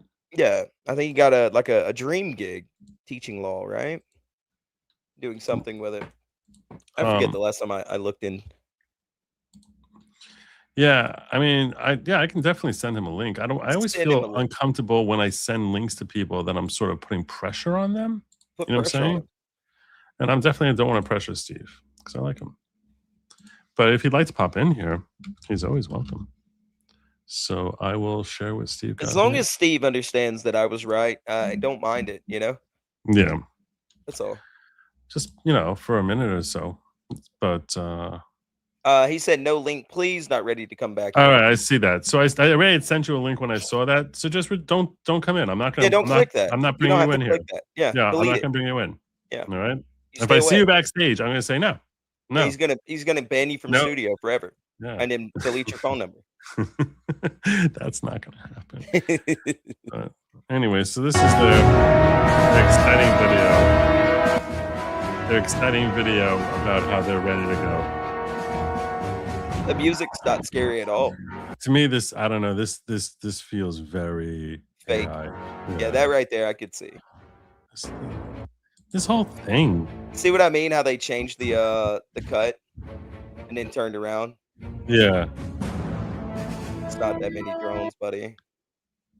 I mean, that's 1, 2, 3, 4, 5, 6, 7, 8, 9, 10. A couple 11, 2-3 12, dozen. 14, 15, 16, 17. I'd say it's like 30. This is like 60 here. Yeah. So, yeah. Let's hear what Gavin Newsom has to say about all this because he's got important thoughts. If I tell you, frankly, with the way he's treated California, you'd think it might be an improvement.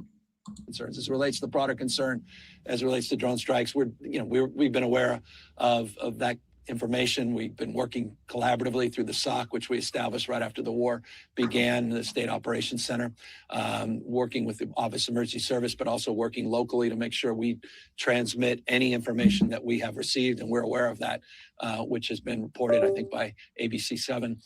We're aware of that information, and we transfer that information in real time to our local partners. Drone issues have been always top of mind, and we've assembled work groups specifically around those concerns. But that's all I'll share at the moment. I have nothing more insightful beyond just what's been reported. And basically saying we're aware of it. Good job. Way to go, Gavin. You're the dumbest of us. I think this clip might be AI. I'm not sure. We're transmitting what that guy is partners, which is critical.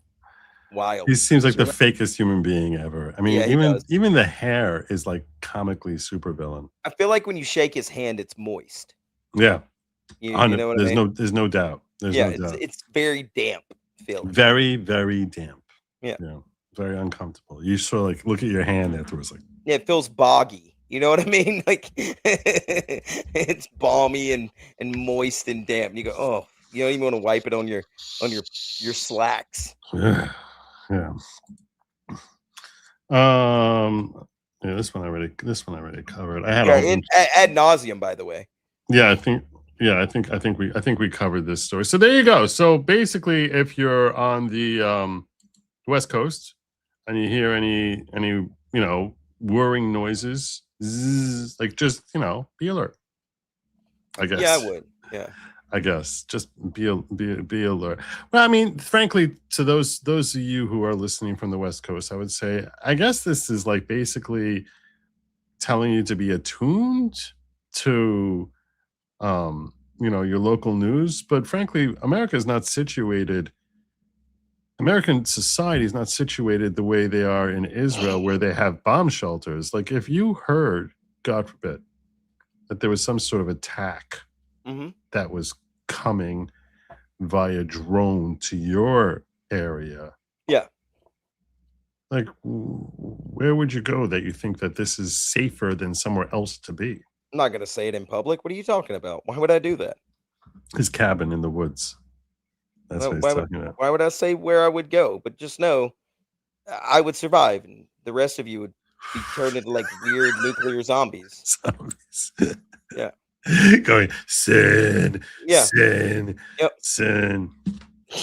That's exactly what would happen. Don't worry, guys. No. I mean, eat your brains now. That'll tide us over for 12 minutes. See, I would survive even after the fact because there's not much brains for them to eat. That's what I said. Yeah, that's what I said. Tide us over for like 12 minutes or so. Yeah, they'd be like, I'll let him go. I'm glad you enjoyed the rant, Aaron. Thank you. I was getting very, and it was all. I liked how Sal was taking down what I was saying word for word as I was like just spitting it out. That was fun. That was fun. All right, so we got that story out of the way. I can close out that set of links. I guess I can go over now because we're now in 27 minutes in. Should I do some law stuff now? Because I did have some law stuff. And I was like, I don't want to spend forever. The truth is, we'll save Massie for afterwards because Massie's story is going to be fun to cover. That'll be for that. Well, Massie, I like mixing up like serious stuff and like fun stuff. All right. So this decision actually came out. This actually came out last week, but it wasn't at a time that I was able to cover it. So, but I think it's important enough that I want to cover. And it comes to the United States Court of Appeals for the 7th Circuit in the case of Chicago Headline Club versus Kristi Noem. We're not going through, it's only 18-page decision, which by decision yardsticks is relatively short. And I'm trimming it down even more than that because I'm not going to be going through like the first 11 pages of it. I skimmed through it, and this is basically the background. In order for you to understand the background of this case, this is what you really need to know. There was, when Trump was carrying out Operation Midway Blitz and sending ICE into Chicago. So a bunch of leftists and organizations, I guess one of these organizations is, what's it called here? Chicago Headline Club, ran to court seeking a TRO, saying, get Trump out of Chicago, essentially. And they're harming people and all sorts of other stuff. So they basically, when Operation Midway Blitz was ongoing, so they ran to court. And they got this district court judge who signed off on a TRO basically saying Greg Bavino has to report to us. And they can't engage in various tactics that ICE normally engages in, and restricting ICE conduct in order to ensure that the ICE was complying with what this judge thought was appropriate. Some leftist judge, I don't remember her name. They don't really use her name in this case because they just refer to her as the court. So I don't remember her name off the top of my head, but I'm sort of sure someone in the chat will know. And if I see the name there, I'll probably recognize it. But after that, after she issued that injunction saying you can't do this, so the government went to Yeah, we need to hit likes. I mean, we've really been on fire most of this show. Me in particular, I've been like really on fire, and he's been okay. Exactly. So we really should be well over 300 likes by now. I mean, we should be like at like 500 likes, but yeah. So if you can just remedy that, it'd be appropriate. And we'd be appreciative. Chat, I would appreciate it if we could get that remedied. Thank you so much. Your background here on this case. So they went to court, and when they went to court, so there was an appeal.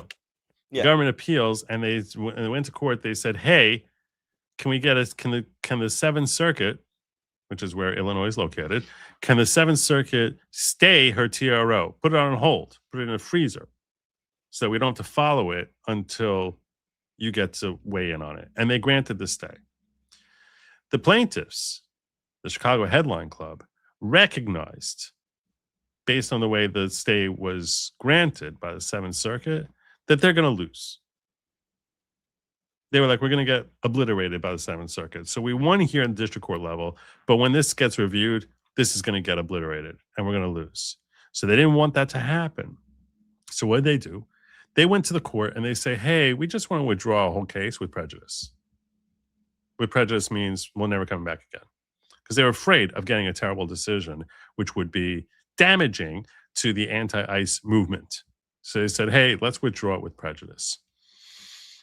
And the judge saw what was going on. The government said, all right, they want to withdraw it. Let them withdraw it. But the judge said, no. I'm going to let you withdraw it, but not with prejudice. So if you want to come back tomorrow, you can. With prejudice means we're never allowed to come back. That's what the prejudice is prejudice from coming back to court. Without prejudice means you can come back. So the judge of her own initiative said, hey, we're not going to dismiss it with prejudice. We'll dismiss it without prejudice. So if you want to come back next week, come on back and we'll just reinstitute at that point in time. Mm-hmm. The court realized what she was doing and was clearly very pissed at her. Because normally when a case is withdrawn, everything's considered moot. Yeah. There's nothing happening. So why are they going to decide anything? And courts are only supposed to, especially appellate division courts, are only supposed to look at things while they're being ongoing, while there's something to determine. But they were pissed because they basically were like, she's trying to enable them to come back in next week. So they basically used a rarely used vehicle to say, even though there's no case going on now, we're still going to issue a decision under something called a Munsingware vacatur, where we're going to be vacating, for the purpose of law, we vacate the district court's preliminary injunction order and then dismiss this appeal. So we're not going to let you just slip away so you can come back tomorrow. No. We're dragging your ass back up here and we're going to formally dismiss this so it can never come back again. Yeah. So that's called a Munsingware vacator, because that's the name of the decision from the Supreme Court, which said that courts have the power to do that. That even if a case is not ripe, it's not before the court any longer, that they can bring it back up. So that's basically why this case is being decided by the Seventh Circuit. And once they got their hands on this case, they said, all right, now we're going to go to work. Now we're just going to jump on in here. Mm-hmm. So it was around page 11 that I wanted to jump to. So we'll start from here. The case involved, there's only 18-page decision, so we're jumping to page 11. So there's only 7 pages of this. This case involved extraordinary circumstances. Working on a highly compressed timeline, the district court granted an overbroad, constitutionally suspect injunction, meaning something that we basically think you didn't have any power in the Constitution to do what the hell you did here. This decision was supported with hundreds of pages of fact-finding, covering incidents from over a dozen locations around the Northern District of Illinois. That decision treated the claims of lead plaintiffs, class members, and non-class members, because what this judge did was she turned it into like a class. She made this a class action case, which I've talked about on this channel before. It's very unusual to just certify a class so quickly. You're supposed to go through a whole fact-finding thing in order to do that. So she tried going through it, but she went through it very quickly. And she treated people who were in the class and non-class members as essentially interchangeable, both for Article 3 standing and for the merits, which is not something you're supposed to do. You're supposed to distinguish between class members and non-class members, but she was in such a rush to get it done to make sure she could put a kibosh on Operation Midway Blitz that she basically she screwed that part up. Yet when this court stayed the district court's order, the plaintiffs quickly involved, so they got their whole decision in their favor, but as soon as this court stayed the order, meaning the appellate court with Seventh Circuit, when we stayed it, the plaintiffs quickly and voluntarily withdrew their case. Vacatur is therefore proper to ensure the district court's injunction order does not affect future litigation, which would present its own facts and legal issues, meaning we're vacating the withdrawal. You tried withdrawing it, you took it out of court, we're vacating that. It's no longer withdrawn. It's back here. It's ours. It's our baby. It's our baby. As noted in the court's stay order, the district court's injunction enjoins an expansive range of defendants, including the entire Departments of Homeland Security and Justice, as well as anyone acting in concert with them. So she's basically saying, I'm now your boss. I'm in charge of DHS. I'm in charge of the DOJ. The district court required these defendants to submit all current and future internal guidance policies and directives regarding efforts to implement the order for the court's review. So what is she saying? She's like, any policies you're going to have, you have to pass them through me. Can you believe the audacity of this judge? She says, anything you're going to do in your operations, I have to review it first, make sure it's okay. That's wild. It's astonishing. The Yeah. Seventh Circuit is like, what the F are you thinking? How do you think that that's in any way constitutional? Oof.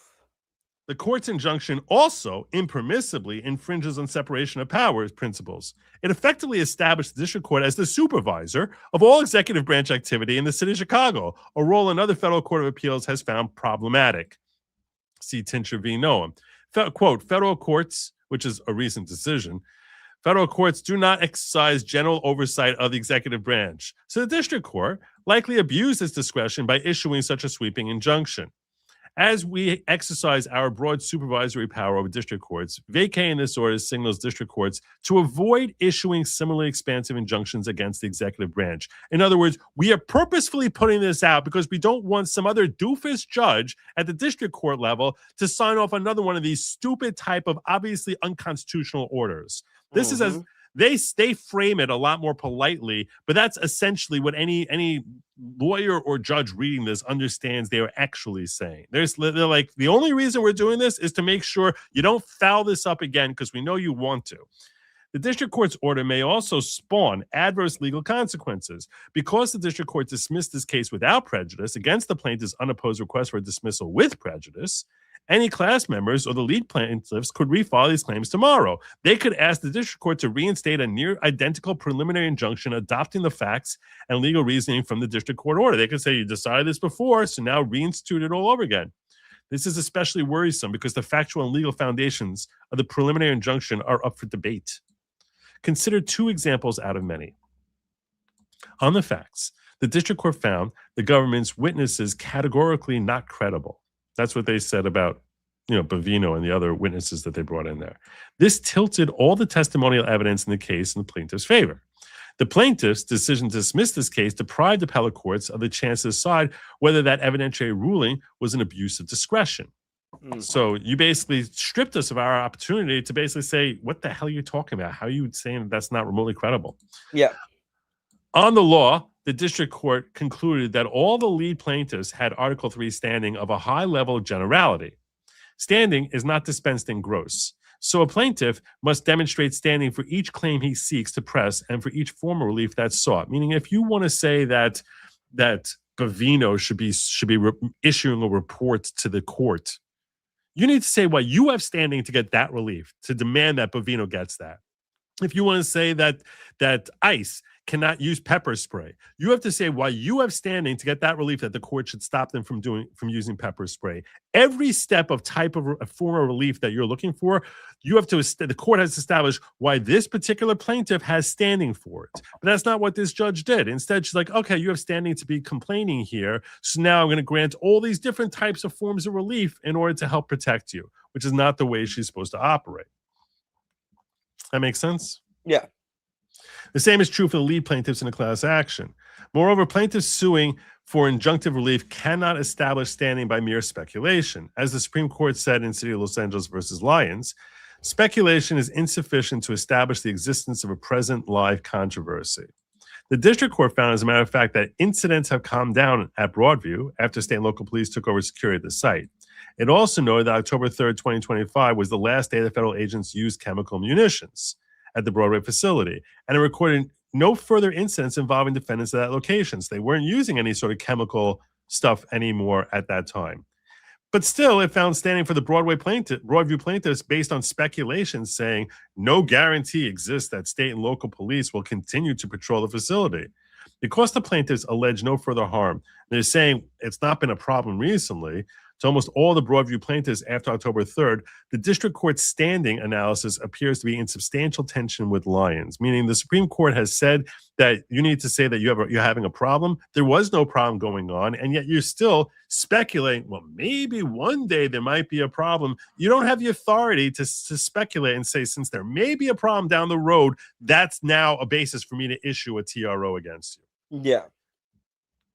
At the least, then, it would not be appropriate for a future case to incorporate the district court's findings of fact or legal conclusions without further more detailed analysis. And a final equitable concern cuts in favor of vacating the district court's order. In ordinary cases under Munsingware, appellate courts worry about a winning party taking advantage of the preclusive effects of a judgment. So this part I don't really want to. This part I want to skip past because I don't think that's.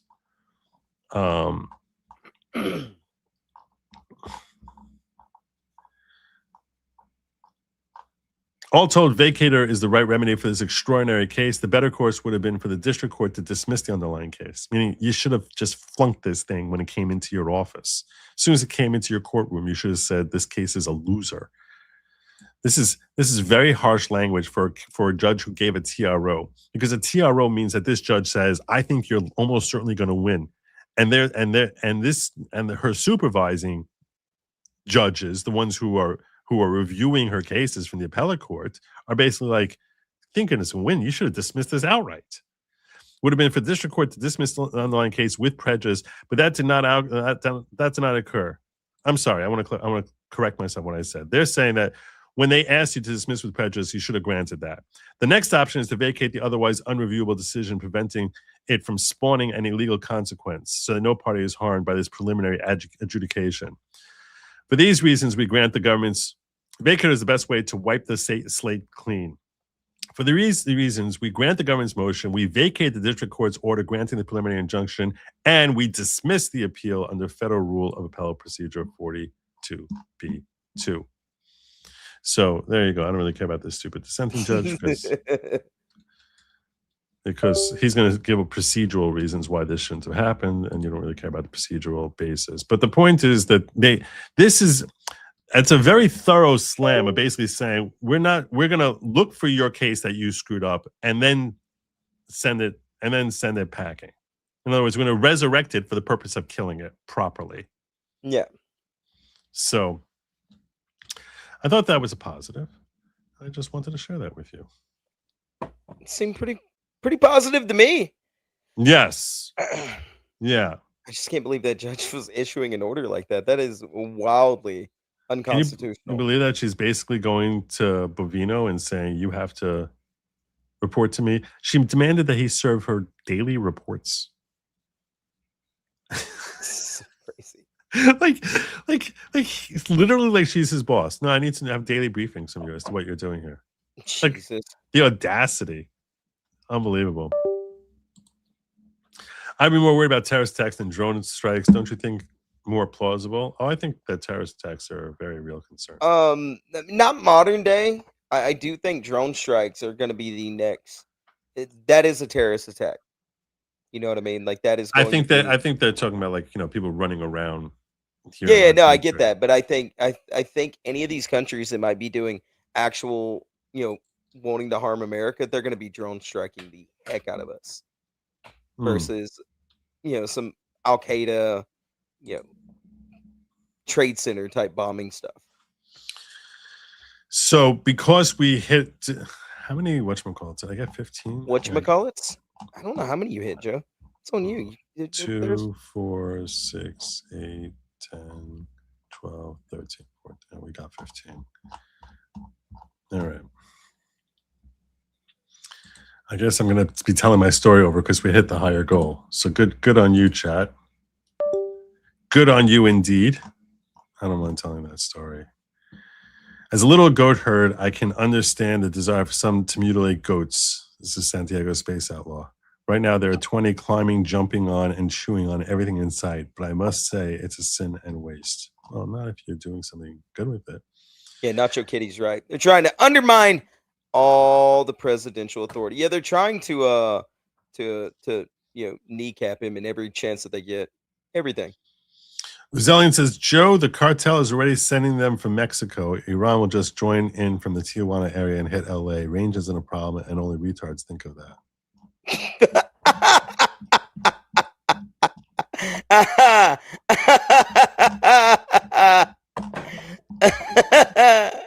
What? What's so funny? I don't get it. Who was thinking of range? I don't know what you're talking about. What do you I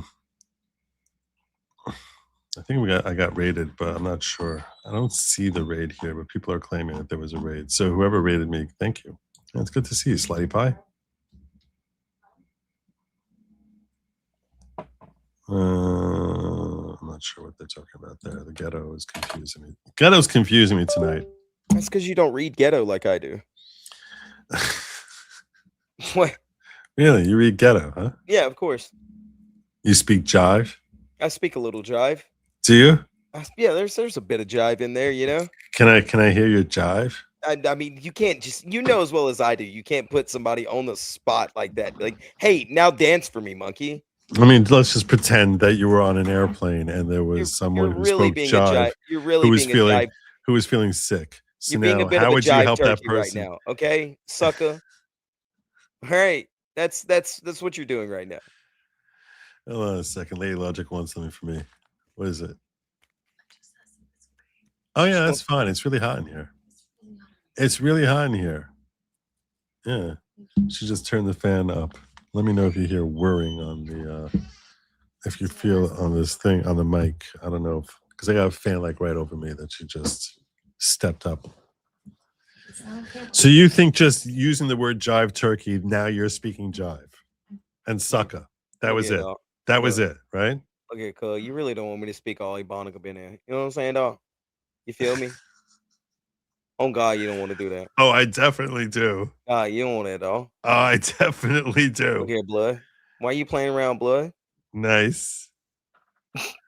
Nice.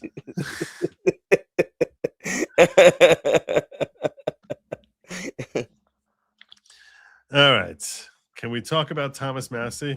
I think we should because we have an hour and 13 minutes left, and I basically have Thomas Massie in a story, and like that's it. Why do you say it like that? I don't know what else to do. What should I do? You're a professional. I don't know. I can't help you. I came to you for a leg up. You know what I mean? What it is? Yo, dog, what it is, cuz? Let me holler at you, player. Okay. What? It wasn't terrible, I guess. Why you tripping, bro? Why you fronting like that, homie? That was better. All right. So here we go. That's better, bro. I can hang out in the hood. Give me your thoughts before we go any further on Thomas Massie. Why do you always do this? Just give me the story. I mean, I don't know, man. I never know. Let's start with this because I never know with you. Do you know what Thomas Massie is? It's a human being that has been placed on the planet Earth that also knows that striking the West Coast from Iran is more strategic than going to the East Coast. Thomas Massie is a member of the GOP who is one of the biggest thorns in Trump's side.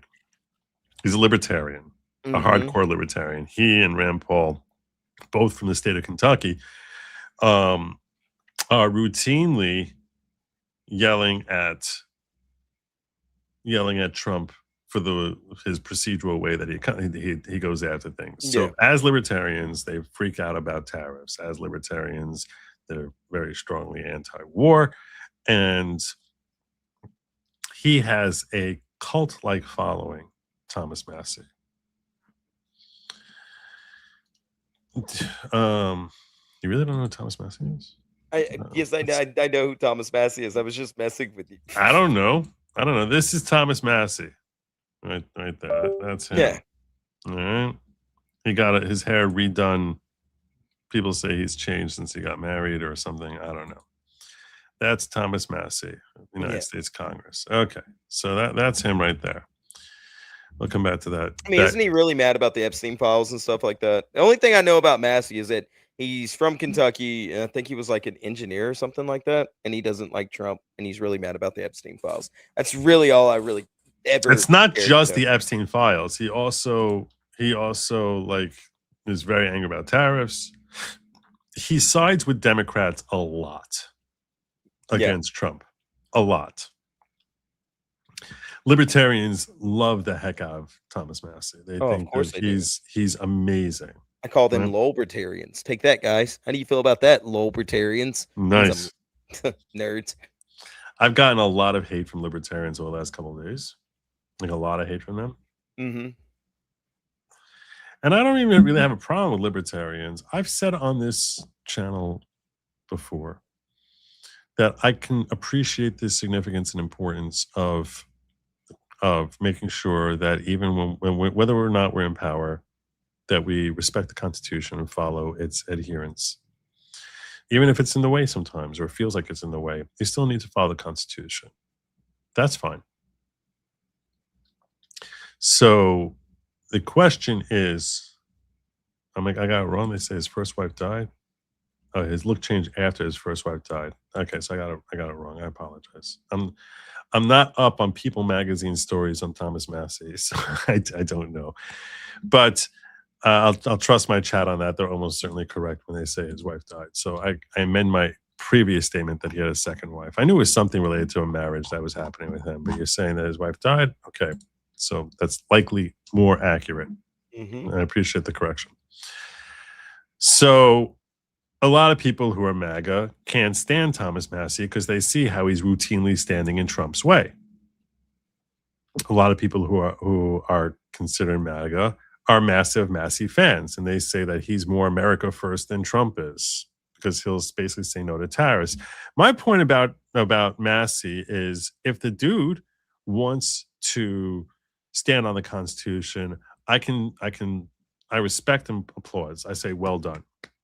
But that doesn't mean that once you're standing on the Constitution, you can't use the approved methodologies under the Constitution to support the president.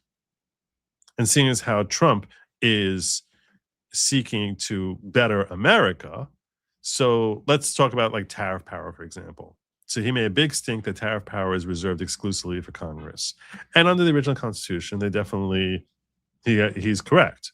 Yeah. Tariff power was reserved for that. But Congress has given certain areas where they will give tariff power to the president. It's done that for many decades. So what you should have been saying, if you were actually America first, if you actually cared about supporting a president who's clearly America first, is no, the way you did it was wrong, but we in Congress are going to support you and give you tariff power, and now go ahead and do it. That's how you say, I respect the Constitution, and you need to have constitutional authority, but not stand in his way, right? Mm-hmm. That's how you do it. And if he did that, I would say, here, well done. Yeah. That's not what he did. Instead, their position was, you don't have tariff power, so F you, we're going to try and stand in the way of you dropping tariffs. Mm-hmm. And that's messed up. That's to me very messed up, especially when we see how effective Trump was in the way he handled tariffs and used them as a way of negotiating with foreign adversaries. So that's why I'm like, he cloaks himself in the Constitution while using it to serve his own interest of becoming, popular and an obstructionist, and basically trying to grab a wing of MAGA who are continually, and basically the woke right. The woke right love him. They're literally his hero. Well, he's got a primary coming up.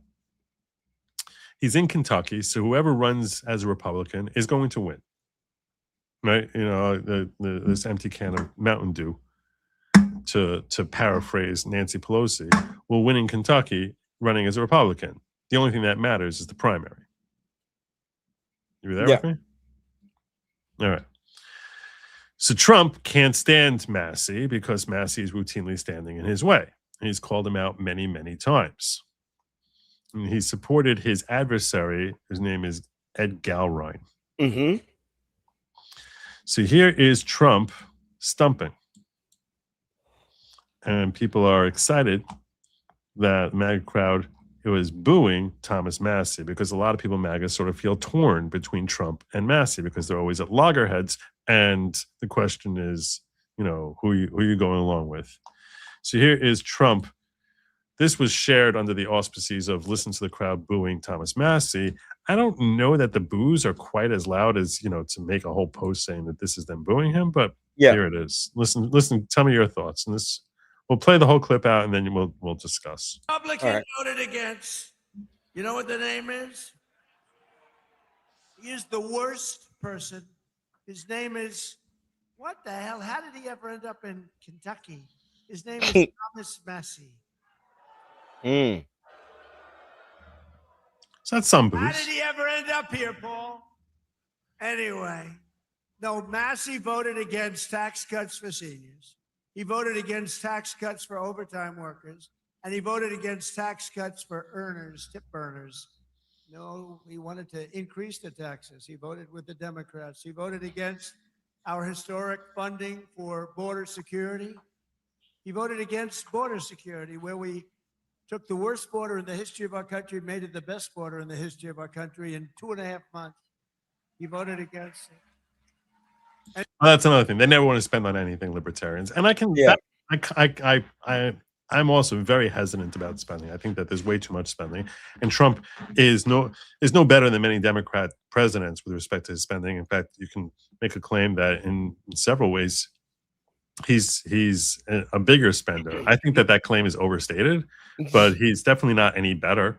Yeah, but Massie, if he's a libertarian, like their biggest thing they always bitch and complain about are taxes, and so they want less taxes from the American people. And they say that we can do it this way, that way, blah, blah, blah. And for him to go, well, you know what? I kind of want to increase taxes on tips. And I kind of want to increase taxes on seniors and whatever else. That is. You're like, what the hell is that? Yeah, what is that? Like a libertarian in a Democrat's clothing? Like that's wild to me. You're hitting on a great point there. You would think as libertarian, I was unaware of him standing against those. Or I mean, I guess it's tax cuts, but you would think that a libertarian would be like, yeah, we should have no taxes. Yeah, cut all taxes is their normal thing. Stop. The way we were funding this country in the early days was through tariffs. Yeah, that's where we got our money from. He voted against eligibility verification for welfare recipients. Nobody has to be eligible. Just pick up whatever you want. The people in this room don't like that. Yeah, I mean, that doesn't make any sense also. Like, why are you helping enable fraud? I mean, he's the America First guy. Thomas Massie also voted with the radical left Democrats in Congress to keep the federal government shut down during the open border crusade while our military went without pay. He voted for our military not to get that. Yeah, and that he's framing the reason for the shutdown was because he didn't like the way the budget was being constructed, which is a libertarian type of perspective, you know. Sure. So, in that sense, Trump is using that as a sledge against him. When that's where I most see his point, that the budget is just insanely bloated. And now Massie, he's the worst. I don't say that. I never hit a guy like this. The guy's the most. We call him Rand Paul Jr. He votes against everything. But at least I like Rand a little bit. Can't love a guy that votes. I got him elected twice. If I didn't endorse him, he was not going to get elected. I don't know if that's true either, that Rand Paul needed his endorsement. But so that was the first clip I wanted to show you on Thomas Massie. And then he brought up Ed Galline. And I thought that this is Ed Galline. Okay. I have no clue who this guy is. Yeah, I didn't know who he was 2 weeks ago either. I hope the fake news gets this. Tom Massie stands with the ladies of the View. Tom Massie. He did go on The View. Wow. Yeah. Stands with Good the job, Tom. ladies of the View. Mr. President, we stand with you. Fight, fight, fight! USA! USA!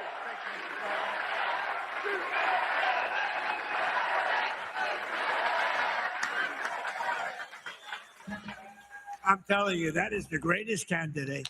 I hope the fake news Well, that's the gets greatest this. candidate, he calls him. Tom Massey stands Now, with the ladies. he's going to be pimping him because this guy's he's the best threat to Thomas Massie. Mm.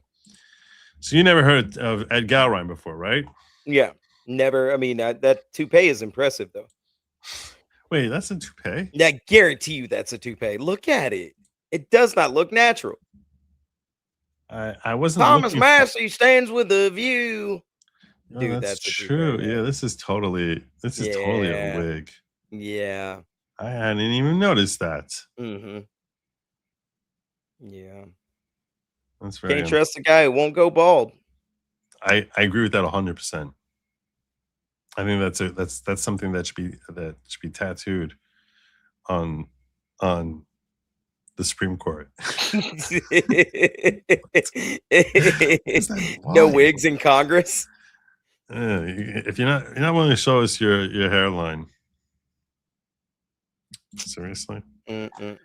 This is Thomas Massie's ad against Ed Galline, calling him woke Eddie. Here he doesn't look like it's a wig. This looks very natural over here, unless the top part. I don't know. But that's photoshopped.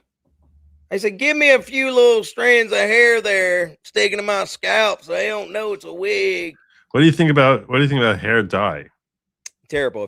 If you're a grown man like that, stop dyeing your hair. I mean, look at this neck. This guy looks like he's 112. 93 years old, right there. Yeah, he's like 112, and he's got like his jet black hair. We got good genes in my family.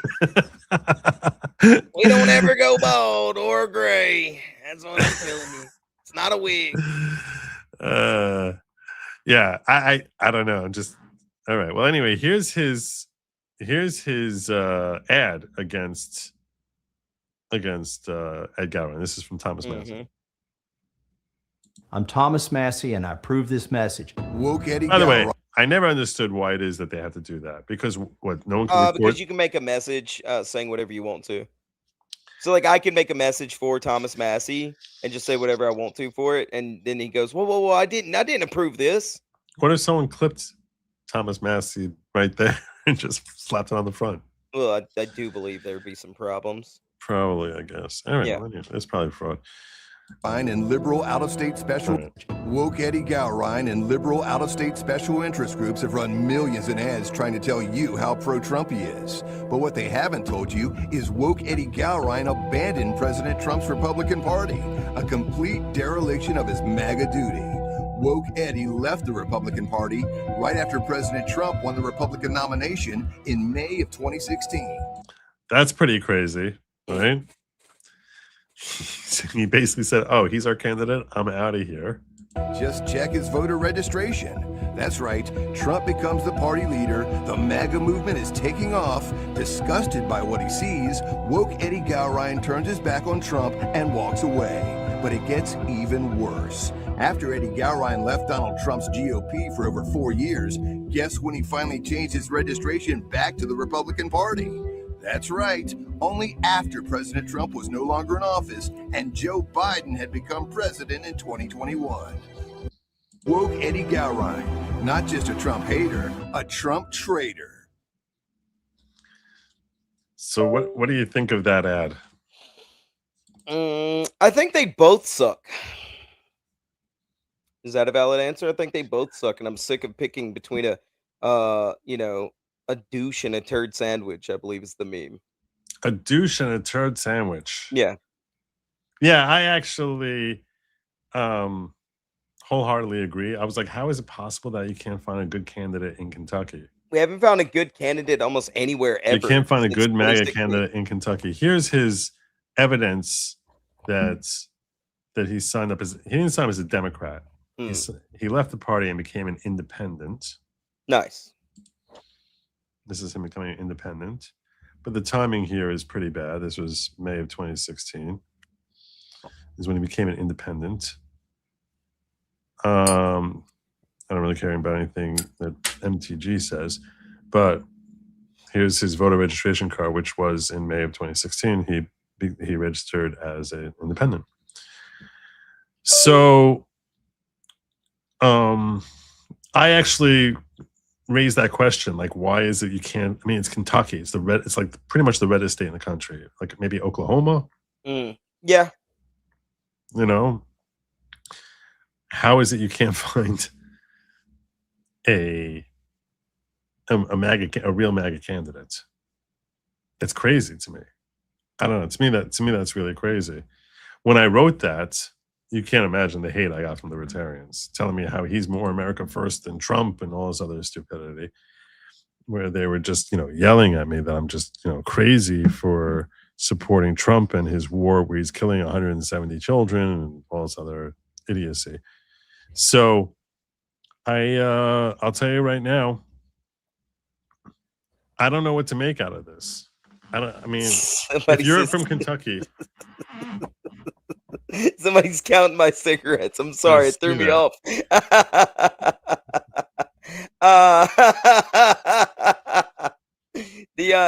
fact that they can't find an actual Republican in Kentucky is wild to me. I've been to Kentucky.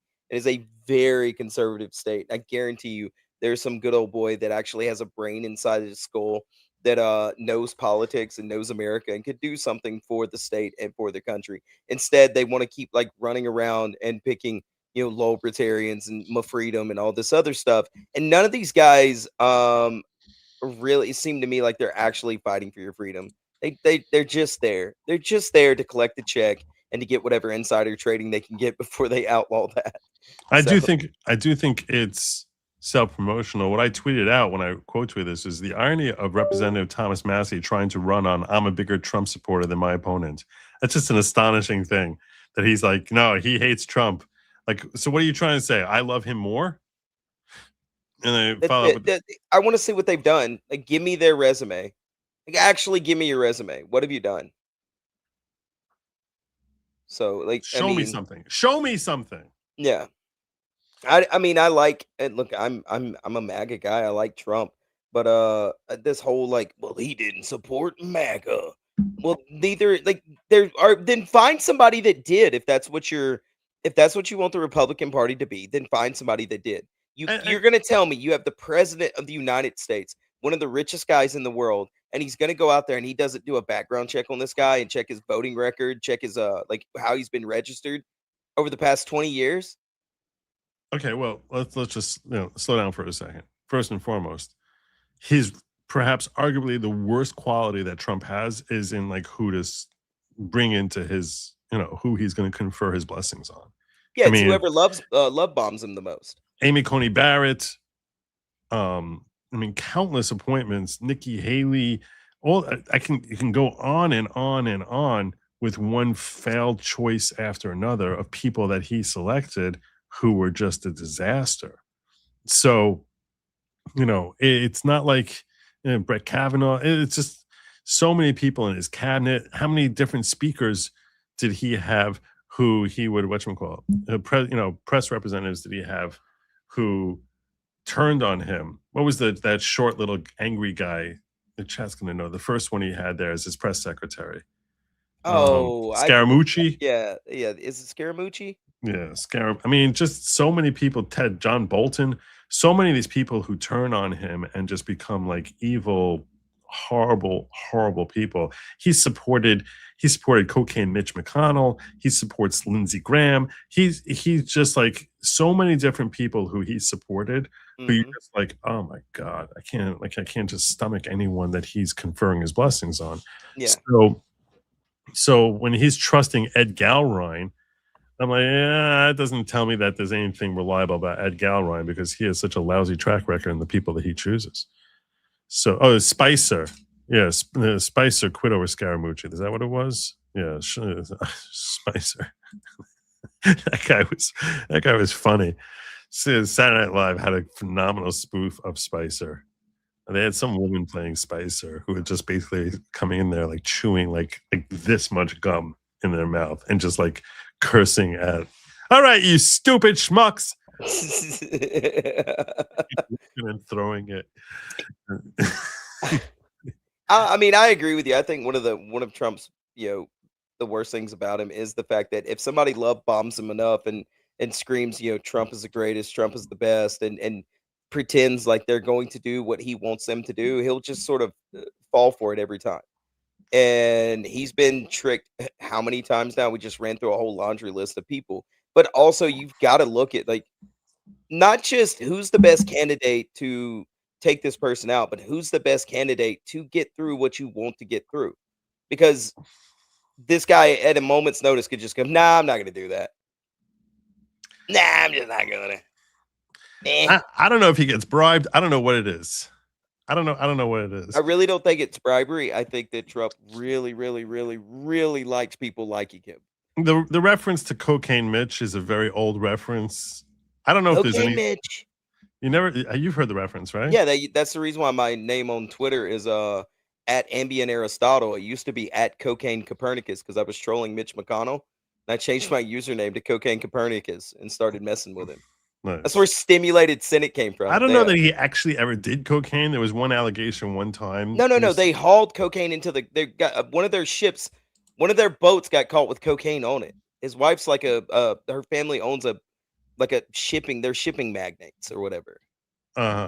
So one of his ships had cocaine on it. Yes, from the story that I heard. I used to troll all these people years ago. That's literally where Stimulated Cynic came from. Because they were like, you do cocaine, you're being very cynical. And I changed my name to Stimulated Cynic. Really? Yes, that's where the name came from. Wow. And that related to Cocaine Mitch? Yes. Nice. Yeah, he blocked me on my old account. He blocked me. Cocaine Mitch blocked you? Yes. I'll have to pull it up one day. I have a whole screenshot of all the people that blocked me on my Twitter accounts. It's hundreds. That's it's amazing. Corn Pop's asking, we hit our goal of 10. What happens next? Well, first and foremost, there's 3 hours. Plus, I also said that if we hit 15, which we did, that I'll tell over a story as to one time how I was wearing a police hat many, many years ago. So it's beyond the statute of limitations. And I guess I should tell that story. We were talking, I said I'll share a story about how when I was wearing a police hat and I actually had a spot of trouble as a result of wearing it. As I'm telling this, as I even just referenced the story, I got Lady Logic laying over here in bed and she just started smiling. She just started smiling.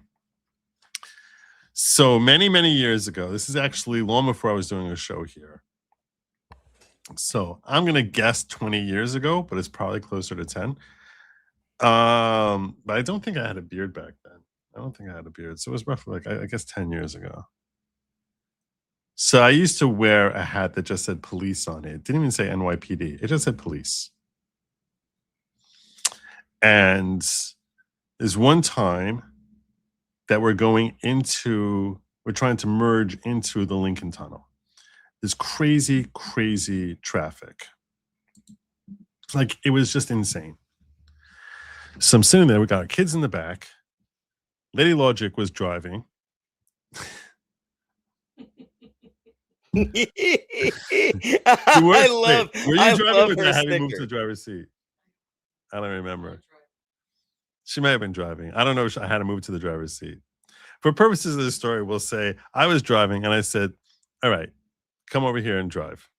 And I got out of the car. And I start walking down toward the tunnel. All these cars, it's like a massive parking lot there. No one is moving at all. So I walked, I want to say basically, I don't know, 75, 100 yards in front. And I see where there's a massive, merge going on there. So trying to be as helpful as possible, I started basically, I wasn't even thinking about the police hat. Yeah, sure. It's not like I was thinking, oh, I'm a cop, I'm going to do this. This was just purely coincidental that you nothing wear the same hat every day for, I've known of you at this point for years now, and it's just very coincidental that you forgot. Old hat, I guess they would say. It was like I said, it was just a black police hat which said It was black hat, which just said police in white on it. Yeah, it just. I used to wear it to the gym. So, anyhow. Oh, thanks for that piece of useless knowledge. It's a story. Useless knowledge is part of the story. The sweaty gym hat. Yes. I mean, the hat itself, but it being covered in gym sweat. You know what? It's your story. I'll just listen. Sorry. So I walk up like 75, 100 yards, and I basically start doing the whole, like telling one guy, okay, you hold up, you come forward, and then stopping, and then you come forward, and figuring eventually lady logic would get up to me, and I just jump in the car. Yeah. Well, what happened was I did such an effective job in clearing this clog, which was just an impossible clog. It was almost like the cars were like knotted together. Just how like Joe the I hero. did such a great job in expediting things. Gotcha. And getting cars just like really zipping along. Just hundreds of miles an hour right there. Boom, Lady boom. Logic zipped right past me.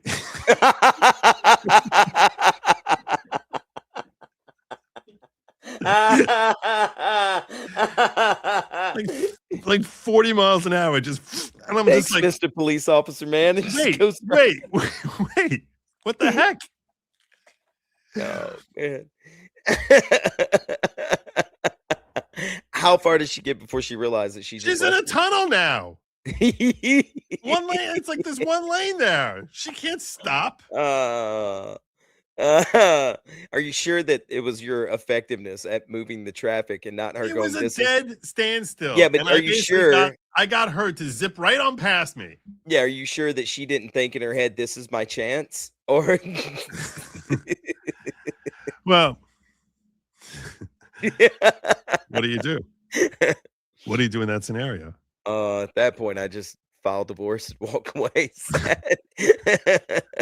Well, she got the kids. Yeah. So like, possession 9/10 of the law. So if I let her go, then, well, anyway. So about 4 or 5 cars after her, like I basically stopped. I stopped one of the cars. No, you didn't. Ran around to the driver to the No, passenger you did side, not. You opened the door, got in the passenger car, and said, "Follow that car." No, you did not. And he just did. He just did. And we followed. I think once every couple weeks I go, that's the most Jewish story I ever heard. Was The that- moment, how is that a because Jewish instead of just story? calling a cab and going to wherever she was going, I'm standing at a merge here. What am I calling a cab? No, calling a cab to come get you. You said, you know what? I'm gonna commandeer this Indian car. dude. Yeah, I commandeered a car, basically, and had him take Official me through police the tunnel. business, sir. And he's like, "Where are we going?" I said, "Just drive. Follow that car. Drive."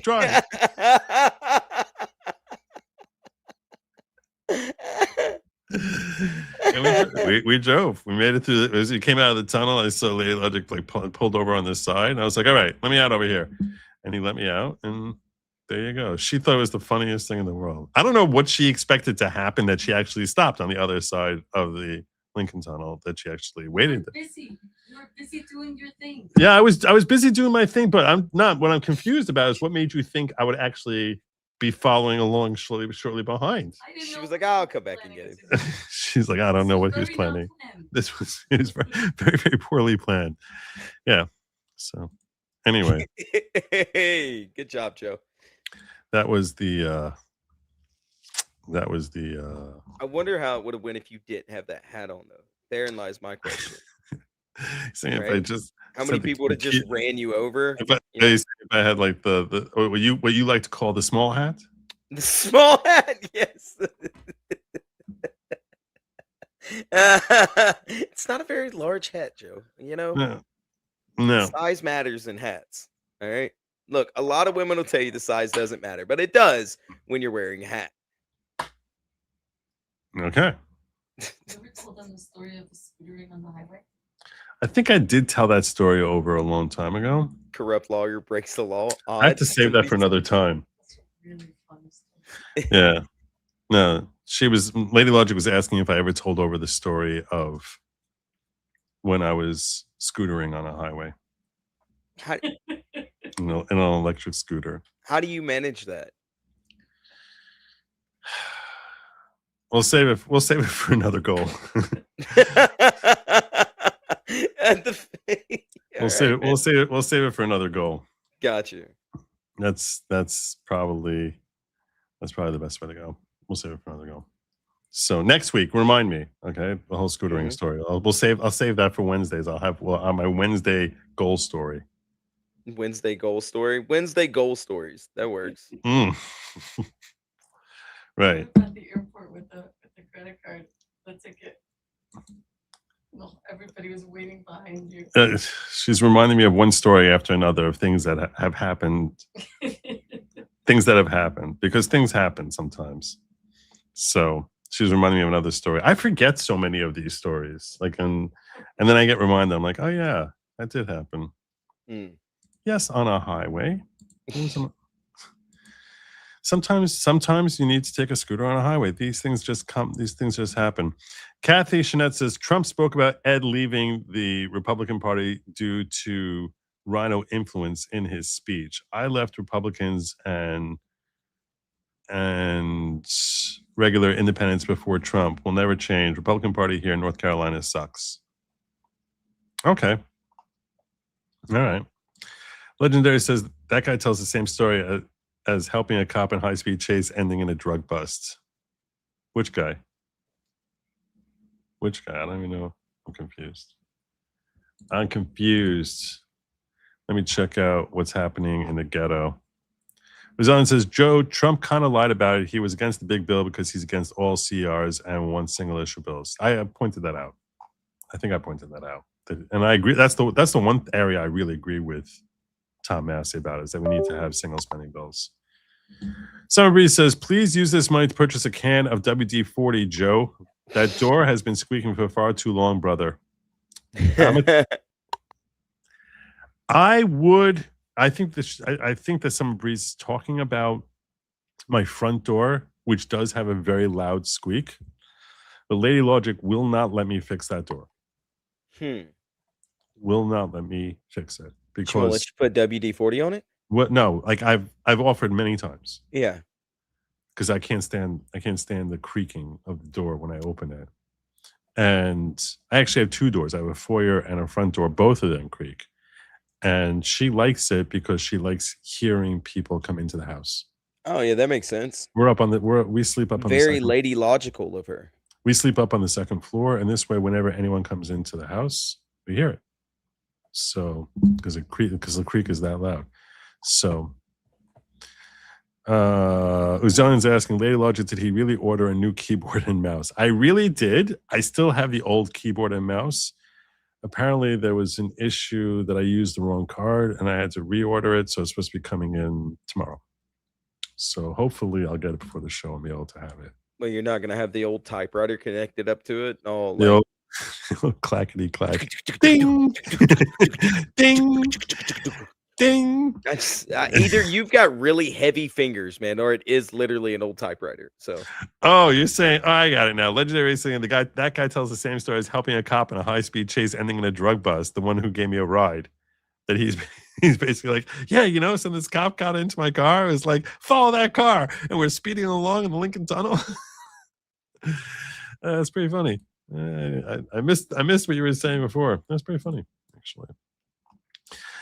Did I miss anything else in the ghetto? I want to make sure I didn't. I think I'm good there. Yeah, okay. So we got everything in the ghetto. And one other thing I wanted to share with you before we start getting into Sin's stories. My stories? What are you talking about? I actually have a couple more things I wanted to share with you. I mean, my stories are pretty good, so I don't know what you're talking about. I did good for like 2 seconds, okay? You're lucky. Things have happened. And I have some good news for you. Me? Yeah, for you. Oh. You're going to like this. I hope so. Breaking, it's official. President Trump has given his complete and total endorsement to Brandon Herrera for Texas 23rd Congressional District. That's not good everyone job. that he picks is a loser. very happy about that. Easily one of the best endorsements Trump has ever made. I wholeheartedly agree. Now, Push Herrera to the finish line. He's definitely got it. I think this is a cakewalk. I think he's as much a lock to be in the House come next January as pretty much AOC. Good. There's no way this guy's going down now. With his opponent stepped down, so he basically was gifted the primary as a result. I mean, he wasn't gifted it, but after he almost took the primary and then had a runoff, and then his opponent stepped out, which leaving just him. And in his district, supposedly, it's a very red district, so it's all about the primary. So congrats to Brandon Herrera, and looking forward to seeing him get sworn in. January 3rd, 2027 is when that should happen. I think January 3rd is when they get sworn in. All right, other story I have for you is Scott Bessent, you're going to like this one too, just announced the IRS is launching massive audits of the financial institutions that facilitate the laundering of Minnesota funds. Scott Bessent, who's the head of our Treasury Department, says that the IRS is going to be doing audits of these different banking institutions, financial institutions that help facilitate the Minnesota fraud. Banks, MSBs, financial middlemen, anyone who helped move dirty money is about to get torched for once the IRS is being deployed for Americans first, not against working families. Follow the money, audit everything. Thank you, Secretary Bessent. Look at how this got 66,000 likes. I don't understand how I don't understand how X works, but anyhow, let's check this out. Civil enforcement is auditing financial institutions that facilitated the laundering of Minnesota funds, in addition to helping support criminal and civil enforcement efforts. The IRS will also soon announce the formation of a task force as civil enforcement is auditing financial institutions. So we're auditing financial institutions who helped in the fraud. Are you happy? Did I make you happy? You did make me happy. I'm very happy. Finally, we've got something. I'm still more concerned about their camera, though. Like, where did they get a camera from the 1970s to film everything they do from the IRS? Lord have mercy. I like it. It shows they're saving money.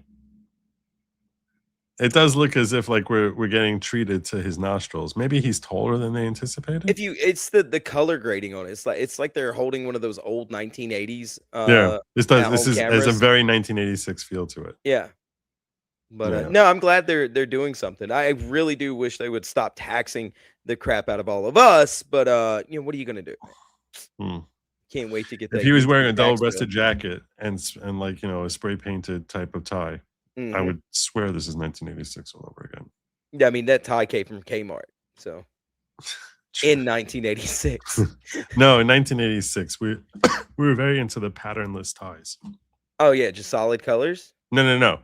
Like it would be like a splotch of color, this color, a splotch of that color. Ugh. Golly. It must have hurt to have eyes back then. Also the cloth ties, like the Michael J. Fox used to wear. Yeah, in those family ties. Yeah, I had one of those when I was a kid. You know what I'm talking about. Yeah. So those little like terry ties, like they would think made out of terry cloth. Anyhow, so one more thing I wanted, and then I really am going to turn to you to bring us home for the last half hour. Me to bring you home? I just gave you those stories. I didn't look into those stories. I'm not presenting these stories. It's your show. I'm here to just agree. I actually have more than one. I have one I could spend like a few minutes. We could spend a few minutes on. Well, good. Let's do this. I'm here with you, bro. This is from the Daily Mail. Okay. Jeffrey Epstein. Uh-oh. All right, let's do it. Apparently, Jeffrey Epstein, according to the Daily Mail, was a dad. What's up south of the border, Panda? Oh man, Jeffrey Epstein. Where's this poor kid? Can you imagine being spawned by Jeffrey Epstein? Imagine if like you had to refer to Jeffrey Epstein as your dad. Imagine going through life like that. Please, no. I don't even want to joke about that. Like I mean, look, it caused turmoil in my little neck of the internet when a guy was jokingly, his words, that he was on Epstein's island. Could you imagine actually being the child of Jeffrey Epstein? Like what that would do to you, your reputation, anybody around you? Like, I don't know, man. That's brutal. But also, if you think about it, all the stuff he did for all those years, you would imagine maybe one would have slipped past the goalie. And that's what it seems like. That's essentially what they're saying is what happened here. Quote, "This is the mother of my child." That's what Jeffrey Epstein confessed to one of his victims, alluding to a picture of a blonde woman displayed inside his New York mansion, according to the bombshell files released by the DOJ. In a newly disclosed account, the woman, who claims she was sexually assaulted by Epstein for years since she was 16, told investigators the convicted pedophile had pointed to a photo of a blonde, I guess the blonde one might not have been a victim of his, on a beach, and claimed she had given birth to his baby. Your dad's hitting on your classmates in first grade. Yeah, stop that. Somebody in the chat, quit. Don't do that. What? I don't know what they say. Somebody in the chat says, when your dad is hitting on your classmates in first grade. That's. I was so hesitant about bringing this story up with you. With me? Dude, that was your chat. I don't see that in my chat anywhere. I think you're totally making that up. Why would I? Now you're just gonna gaslight me. This is the N-word all over again. Everything comes back to the N-word. Yeah. Epstein described the woman as perfect and even displayed a sculpted mold of her torso inside his Manhattan townhouse. The stunning claim, part of a tranche of documents recently released by the DOJ, is likely to reignite long-time speculation about whether Epstein secretly fathered a child, particularly given long-standing reports that the sex offender wanted to seed a new human race with his DNA. Can you imagine just like when you grow up, like people will be like, assume that you're also a terrible human being, that you have the same predilections. That no matter what you do, you're always going to have that for the rest of your life. Also, that kid was AOC. There's a striking resemblance there. The claims have been repeatedly denied by Epstein's brother, Mark, who insists the late financier never had a child. Yeah, well, of course he's going to say that. He wants his assets. Mark, why are you fronting, cuz? I mean, for real, man. That's cap, dog. But the Daily Mail has also uncovered several. I mean, I don't know if there are any assets or if they've all been dried up in settling claims. But no, he was a billionaire. I don't think there's been billions of dollars that have been shilled out for claims. And most of the people that did get money, from what I know, was millions. And then they sort of, gone. Maybe Mark doesn't want to hear claims from a child saying that the money belongs to them. Is there a way to do that privately, though? I'm saying they say he's been repeatedly denying it. So yeah. The Daily Mail also uncovered several accounts of Epstein asking women to carry his child, including one FBI interview with a different victim who claimed he wanted to have her to have his baby. The files laid bare striking photographs showing Epstein hugging a woman on his New York home while she cradles a baby in her arms. You want to see what she looks like? Yes. You can't. Oh, well, yeah, that sort of makes sense. Yeah, they're protecting the child. Oh, so wait, this was late in the life of Jeffrey. This was he looks bearded older. Jeffrey. This is bearded Jeffrey. Yeah, Yeah. Huh. Yeah. So you can't see the kid here. If that's the mom, her legs are not that nice. He said that she was a perfect specimen. I don't think so, man.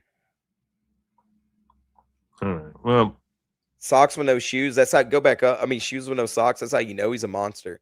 Right there, that tells me he's a monster. He's wearing shoes with no socks.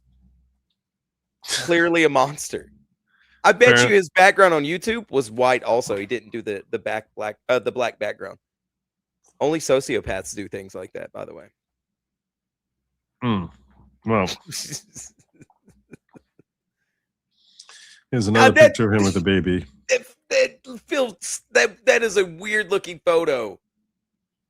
I don't like this. Second photo, including the file, shows Epstein holding a baby in his arms, though it's unclear if it's the same child. Well, I don't know. I see a very strong resemblance between this one and this one. Yeah, they both look. They like look almost black identical boxes to me. They look almost identical to me.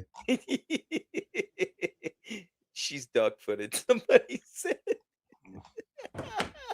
That Yeah, it's pretty duck-footed. Yeah. That could just be a pose.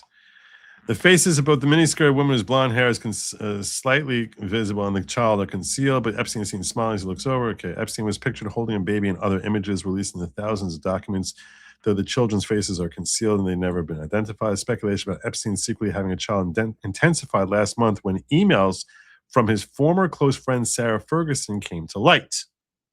Former Duchess of York wrote to Epstein in September 2011 congratulating him on becoming a dad. She wrote, don't know if you're still on this BBM, BlackBerry Messenger, but heard from the Duke that you have had a baby boy. This is formerly Prince Andrew's wife. So she's saying she heard from her husband that he had a baby boy. So apparently he told that to Prince Andrew. Even though you never kept in touch, I'm still here with love, friendship, and congratulations on your baby boy, Sarah. So what do you think? You think it's real? I mean, yeah, I don't see why it wouldn't be. Yeah. I really don't. I mean, the thing, this guy was so invested in like eugenics and trying to build a master race and all these other things going on, and the amount of times, you know, he had to. Can you imagine if he actually used his money to do that, and there's like 100 kids out there, 1,000 kids out there? I really wouldn't. It wouldn't surprise me. The victim who disclosed Epstein's admission of fatherhood spoken. Oh, I didn't mean to do that. Dang it. Sorry about that. And now I got to scroll on down. So the victim who disclosed Epstein's admission of fatherhood spoke to the FBI in January 2020, 5 months after he was found dead in his cell. She had quite a harrowing story to tell.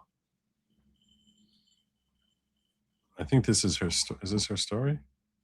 Yeah, here's the handwritten notes. PB, when she left schoolgirl Alfred, one of worst thing humiliating for her that Epstein want have child with me and not her. I look more his type. When went to Ireland, they made arrangements. His secretary, other travel, not sure. New York apartment. Same time, girl introduced me to Harlan Peltz before married. Who's Harlan Peltz? I don't know off the top of my head. Who the heck is Harlan Peltz? The name sounds stupid familiar. The name sounds stupid. To me, it sounds stupid. He's a private lending entrepreneur. Mm-hmm. Yeah, the Peltz family, billionaires. Oh, of course. So apparently Harlan Peltz is someone we should be looking at. Jesus. I'll be right back, Joe. Yeah. I understand Epstein paid for everything. Ghislaine Maxwell told me he got her a house in New York. I knew what happened with her dad, so no way she could be doing stuff on her own. Her father losing everything, almost like she show me if he likes you on this, what you can get. Last time I spoke to Ghislaine Maxwell, she said she's dating wealthy, high-profile man. I've been to New York, Maxwell house, where met her brother. Ghislaine Maxwell, my house was later. Ghislaine Maxwell would say, we, referring to herself and Epstein, we can do this, where we might gonna get placed in LA, things like that. Maxwell always called direct. Epstein never called. Secretary call and connect me. It wasn't until much later I had direct contact. Traveled to New York, Palm Beach, Paris, and the islands. When I was in Palm Beach, Epstein brought up the subject, felt like she punished me because of having child, and Ghislaine Maxwell upset and pissed. All right. Let's see what this. Should we? I don't know if I want to watch this. This is going to turn my stomach. Everything about Jeffrey Epstein turns my stomach, man. He was just a weird guy. And not counting the like nefarious, disgusting things that he did, just like his interests and all that stuff, are all just so out there. She was discovered by a modeling scam, began living in New York when she was 16. In 2005, she met Epstein on 5 occasions, introduced through contacts in the modeling world. In the victim's disturbing account, she said she was still a virgin when she met the pedophile who bragged about abusing her, that she was talented. that was pretty quick, Joe. She was talented. Yeah. Good job. Thank you. You see, I am a professional.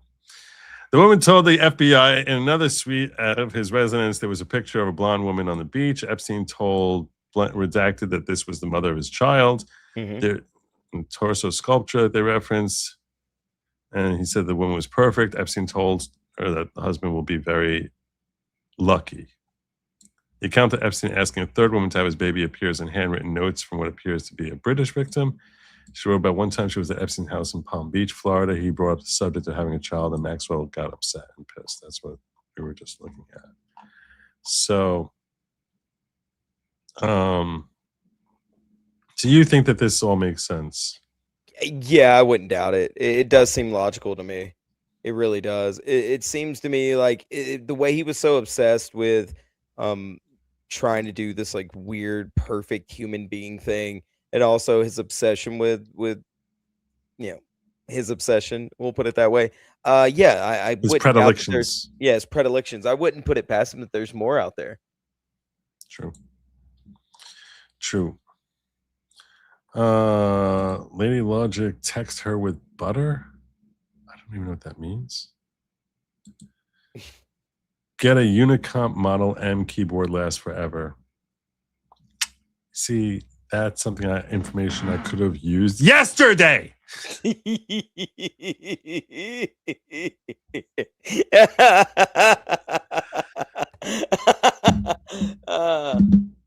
Thank you. I hate your guest. Happy Wednesday. Well, you seem to be alone because people are literally telling me just the opposite, Felzu. You tell me what I should do. I don't know what to do Thanks, with this.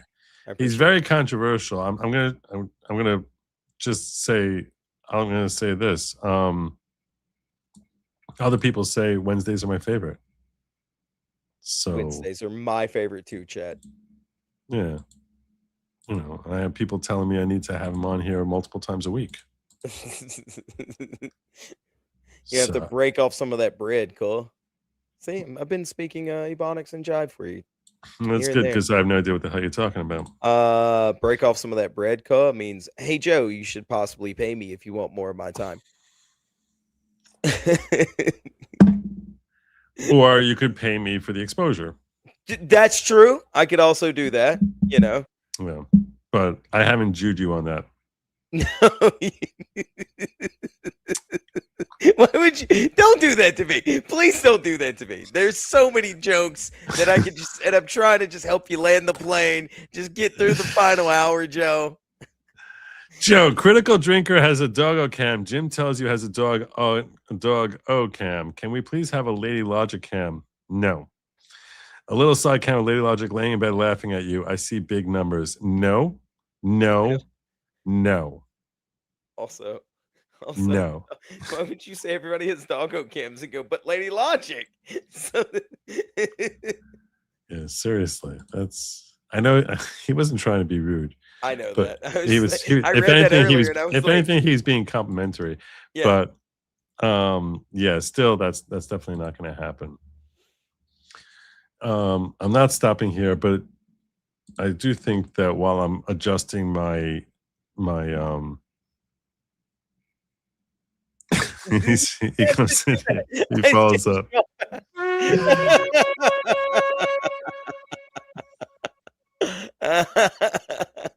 By the way, I don't want to imply Lady Logic is anything like a dog. She's a goddess. It's just that other YouTubers I've watched have loved ones on screen in the background. Plus, she's very pleasant on the eyes. Yeah, you see, I would feel like I'm whoring her out though. So. You could have picked a different phrase instead of. No, that's exactly the right phrase. I mean, I get it, but like, okay, all right. So that's why I'm not doing that. If I'm interacting with her and she's on camera with me, that's one thing. But like, yeah. you know, but just to have her, I've actually in my early days, I would have streams. I had a couple of streams where I was like, she would be like a featured guest sitting next to me. Really? It's 1 or 2 Okay. when we were on vacation. She's a very nice and funny lady from all the everything I've seen. So. Yeah, there was whatchamacallit. I can't even pull that up here because let's face it. It's not like there's a it's not like you're bringing stuff links for me to share. I literally shared you 2 links. They're in your D. You know what, chat?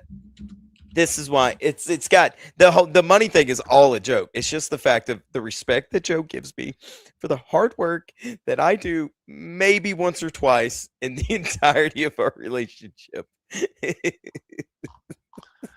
I'm trying to see if I search YouTube for Lady Logic if I can find that stream. Just go to your how early in the It's like 4 years ago. well, my point is, if you go to like search oldest, you should be able to like find it pretty quick. I don't know. I mean, who am I? I know Just when a it's from. It was in June. It was. I had her on stream when I was doing the when I'm searching oldest. Can I search Somebody oldest? says, "Wait, you get respect?" No, that's the problem. Even when I do honest hard work for Joe, right? He just sits there and he downplays it and negates all my effort. Then drop the N-word, smoke a dart, giggle. You know, some of us are talented. We're born with certain talents, and some of us are born with other talents. I'm gonna start calling them darts, though. I really like that instead of saying smoking a cigarette or a cig or something like that. This is Ahmad Arbery, so that would be September. It was more recent than that. I'm going backwards. I'm going from the back, coming forward. I'm almost there. I'm like another. Here's my dad in one of his first appearances here. Depp v. Heard. It was after Depp v. Heard, but I'm getting very close. It was right after Depp v. Heard when we were in California together. Is it bad that I want another trial like Depp v. Heard or something like that? I mean, it's not good, but at the same time, man, that was a really good, long, like entertaining distraction.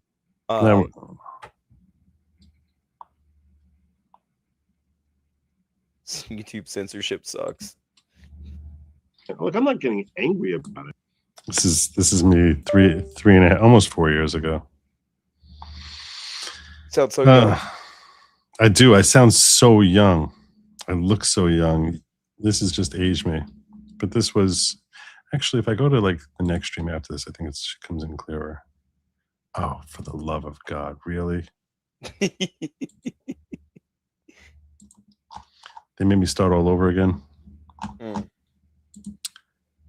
Joe used to do trials. There hasn't been any very interesting trials though for people to cover. That's the thing. I know a lot of people have stuck on that grift and are doing it just for the sake of being able to, like, if you're doing a trial, you don't have to find a topic. Finding topics is probably the most difficult thing about doing this stuff. When I do a trial, I literally do a trial like I'm going to court. Yeah. That's not easy stuff. Okay, so is it this one? My body, my choice. Like Jeffrey's baby's mama, born with a talent. Stop it. Don't do that. Let's not do that, Chet. So I made all this stuff members only a long time ago. Did you? What'd you do that for? Embarrassed? No, it was mostly I was afraid that it was gonna get popped. No, it was mostly Lady Logic once. She was like, oh, I got you. Yeah. She was worried about like the impact it was having on my family. Gotcha. That makes sense. So I get that same issue sometimes. Do you really? Mm-hmm. Okay. I'll share a little bit of it. It's so blurry. Look at this. Logic. Blurry logic back then. So that was cool. That was pretty cool. It was. Yeah. So, I don't know where I don't know. I want to get her in there. There you go. That's her. I'm trying to think. This is me streaming from my phone because I was in California. So I want to clarify something else. I made a post before I'm going to get into the Kennedy thing, and you'll see how it ties into the whole Christmas. This thing is the in night just a before moment. Dobbs dropped. But I made a post in the community here on YouTube where I was talking about the fact that I want to hear her talk. so I don't care about me talking. do not align with my normal politics. Now, I'm never going to change my politics for anyone.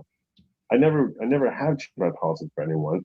I don't even care if what I'm saying is popular or completely, if I'm the only person on the planet who's saying it. What I think is right is what I'm going to share and that's what I'm going to say. So I'm never changing my position on anything. But at the same time, that doesn't mean that the form of expression can't be a little bit less caustic. That's what I'm getting. All right. That's pretty smart. Meaning, you don't sound too dumb there. If I'm talking, let's say, about I'll come up with let me come up with a topic that's not so hot, not so big in the news today. A topic that's not such like a huge thing in the news. If I'm talking, okay, fine, good example, global warming. So I'm going to talk about a topic when it comes to global warming. I'm not caving on my position on global warming to anyone. The way I feel about global warming is the way I feel about global warming. And when it's appropriate for me to discuss it, I'll discuss it. But I could approach it with a tone which is very derisive, or I could approach it with a tone which is more. So imagine if I just had her sitting on camera the entire time. Like how ridiculous would that be? Now I mean, she actually was engaging in that stream. I mean, I was doing 85% of the talking. Yeah. But she actually was engaging in that stream. Well, I mean, if she wanted to engage in the topics and actually have the discussions, I think it would be fun. It would be cool to see a couple discuss politics like that, especially if she did have like a differing opinion. Yeah, from time to time. That would be. But if she doesn't want to do it, then she don't want to do it, and that's perfectly fine. Yeah. Yeah. No, she's fine coming on once in a while. Yeah. I think.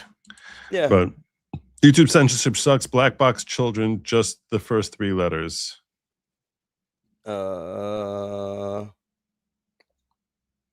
British.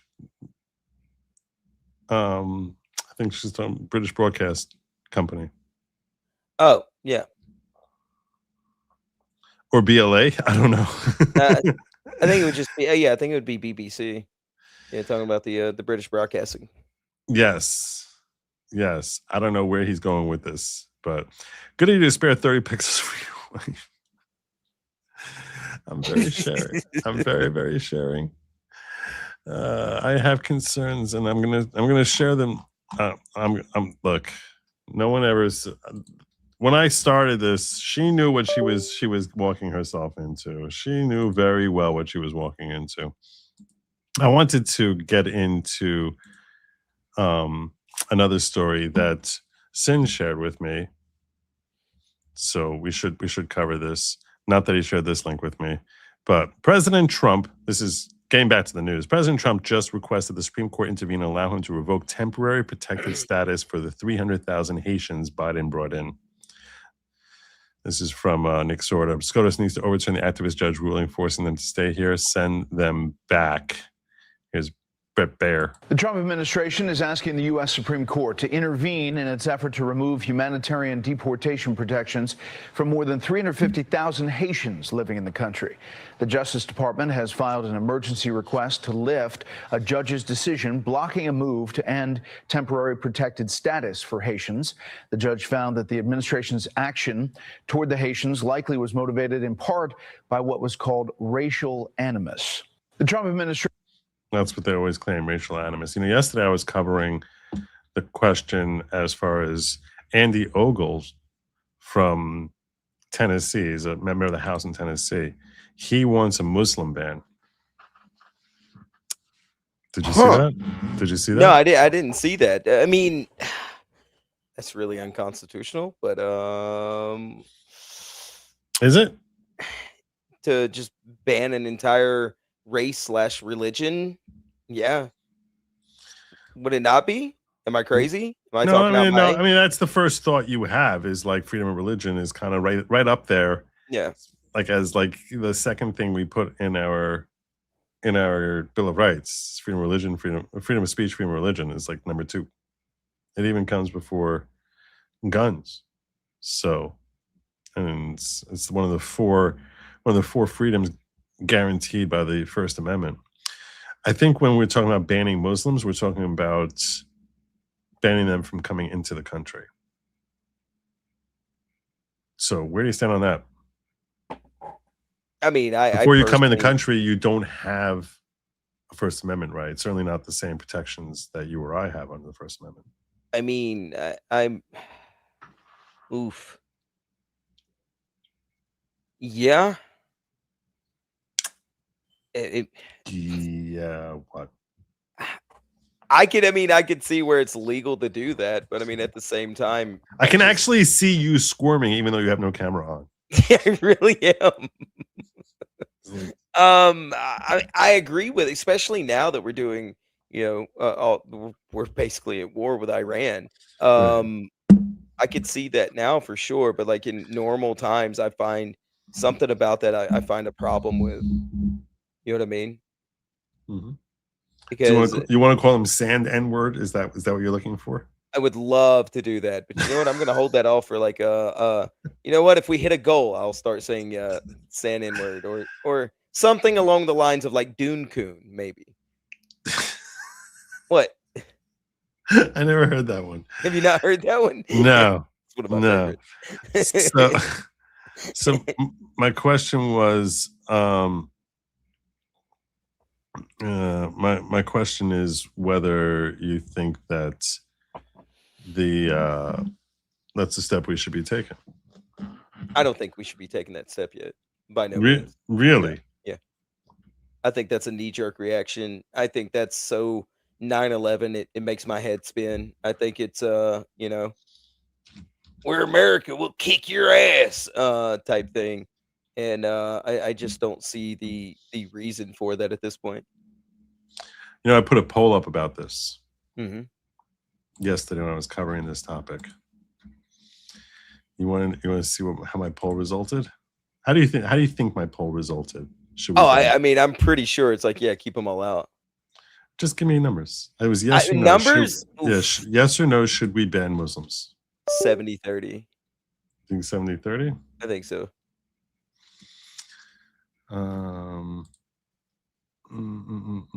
What's up, Bucky? Here it is.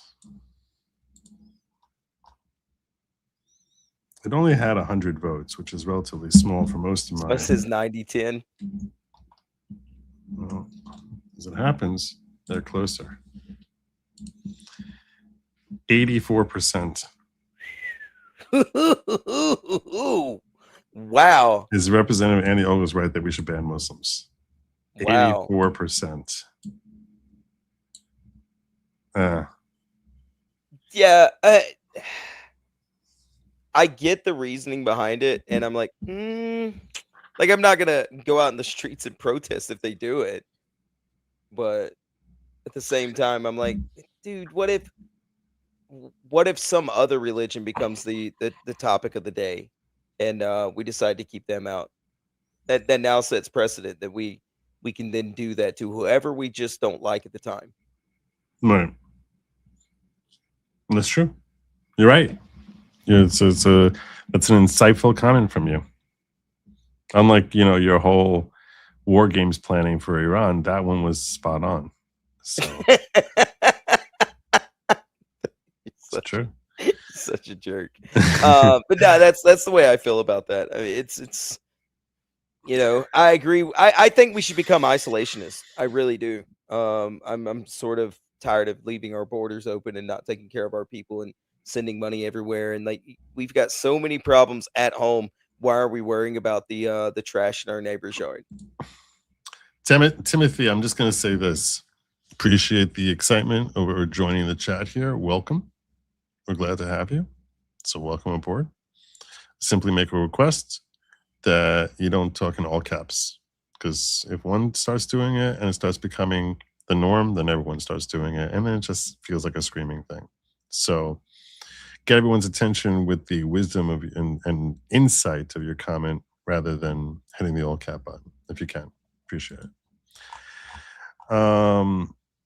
Yeah, so what I would tell you is my take on it was I don't think we should be banning Muslims, but I do think that, and I was talking about how, you know, according to Islam, there's an objective to subvert the chat.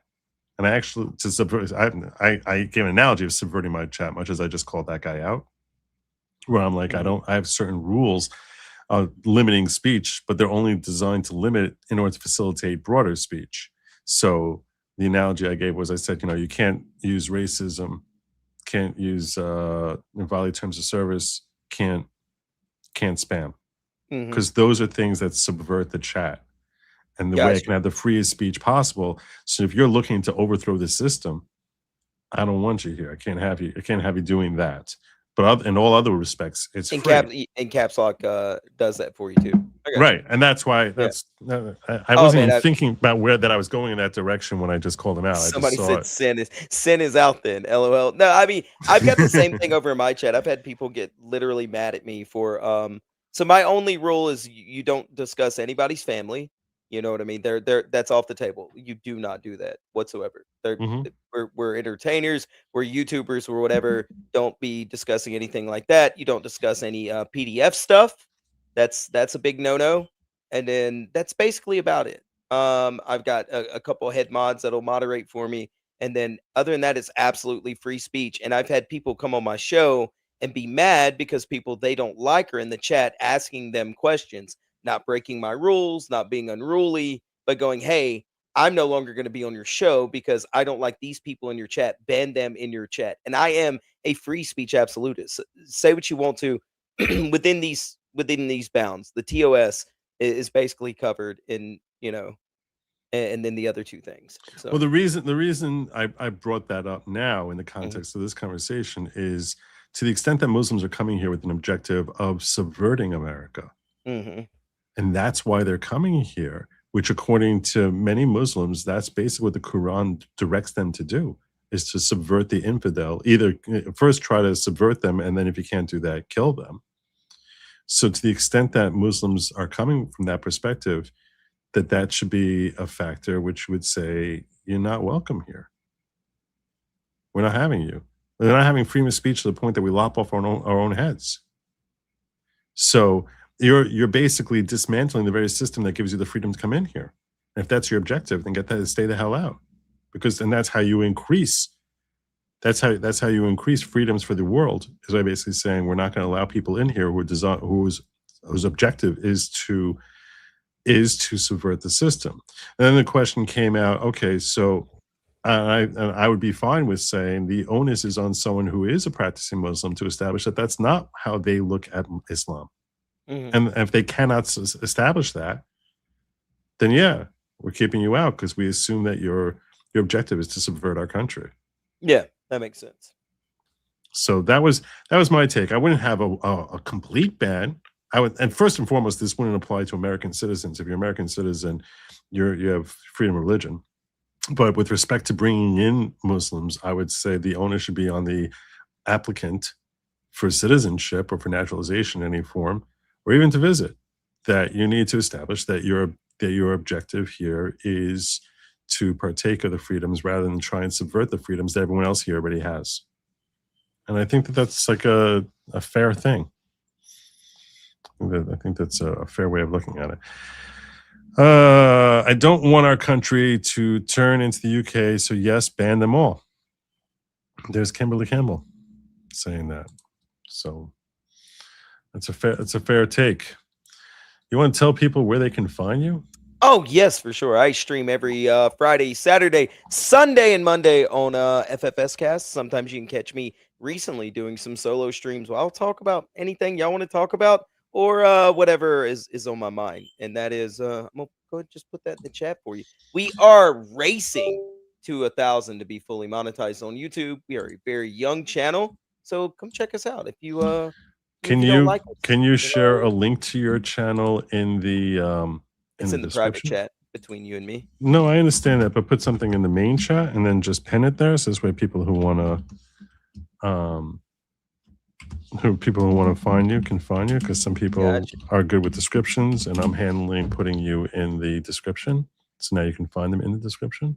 But yeah, we're like 139 away from 1,000 and being fully monetized. I appreciate it. We cover a lot of like comic book drama and other little locales, crazy people that we run into and find. And like I said, I'm starting to do solo streams because I really do want to start dipping my toe back into politics like I used to. And people ask my opinion all the time, and I'm like, I don't know why you're doing this, but I'll give it.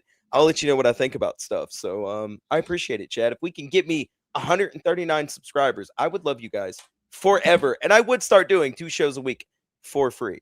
That the money thing's a joke. I would do a show with Joe any chance that I get, because he is a friend of mine and I appreciate everything he's done for me. All right. Well, we'll discuss your offer. We'll see. My offer. We'll take a look at your progress report. Yeah, no. Well, I have to talk to my analysts, and see what we got. But things could happen. Yeah, things could. Drop Barracuda says they still cut off hands for stealing in Iran. What do we cut off if they're screwing us? Yeah. But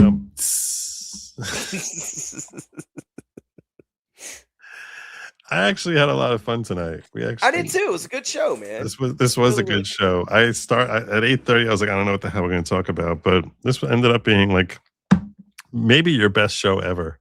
Thank you. Yeah, you've said that like the past 3 weeks in a row. So that just means I'm doing really, really good at my job. So yeah, you are doing good at your job. I concur with that. And yeah. So I just want to say to everyone that lab meat was never meant for you. It's meant for they, them. Yep. I hope you know that by now. I don't know how else to say it. I've said it like 1,000 times already. But J.H. Schwalbeck gave me another thing. I'm sorry. Didn't want to miss this. He says, he sent me in locals. He said, Joe, I was thinking, if Iran really wanted to end the war, why wouldn't they make Trump the next Ayatollah? Israel would take him out. War done. Or they can make Netanyahu the next supreme leader and everyone's head would explode. So close. Never mind. Let's just keep bombing the crap out of them. That's pretty funny. That's actually now you're thinking, James. Now you're using logic. Indeed he is. I thank you all for joining me. I'm just going to remind you, do not eat the bugs. Don't do it. Have a good night, everyone. And as always, Godspeed. Bye.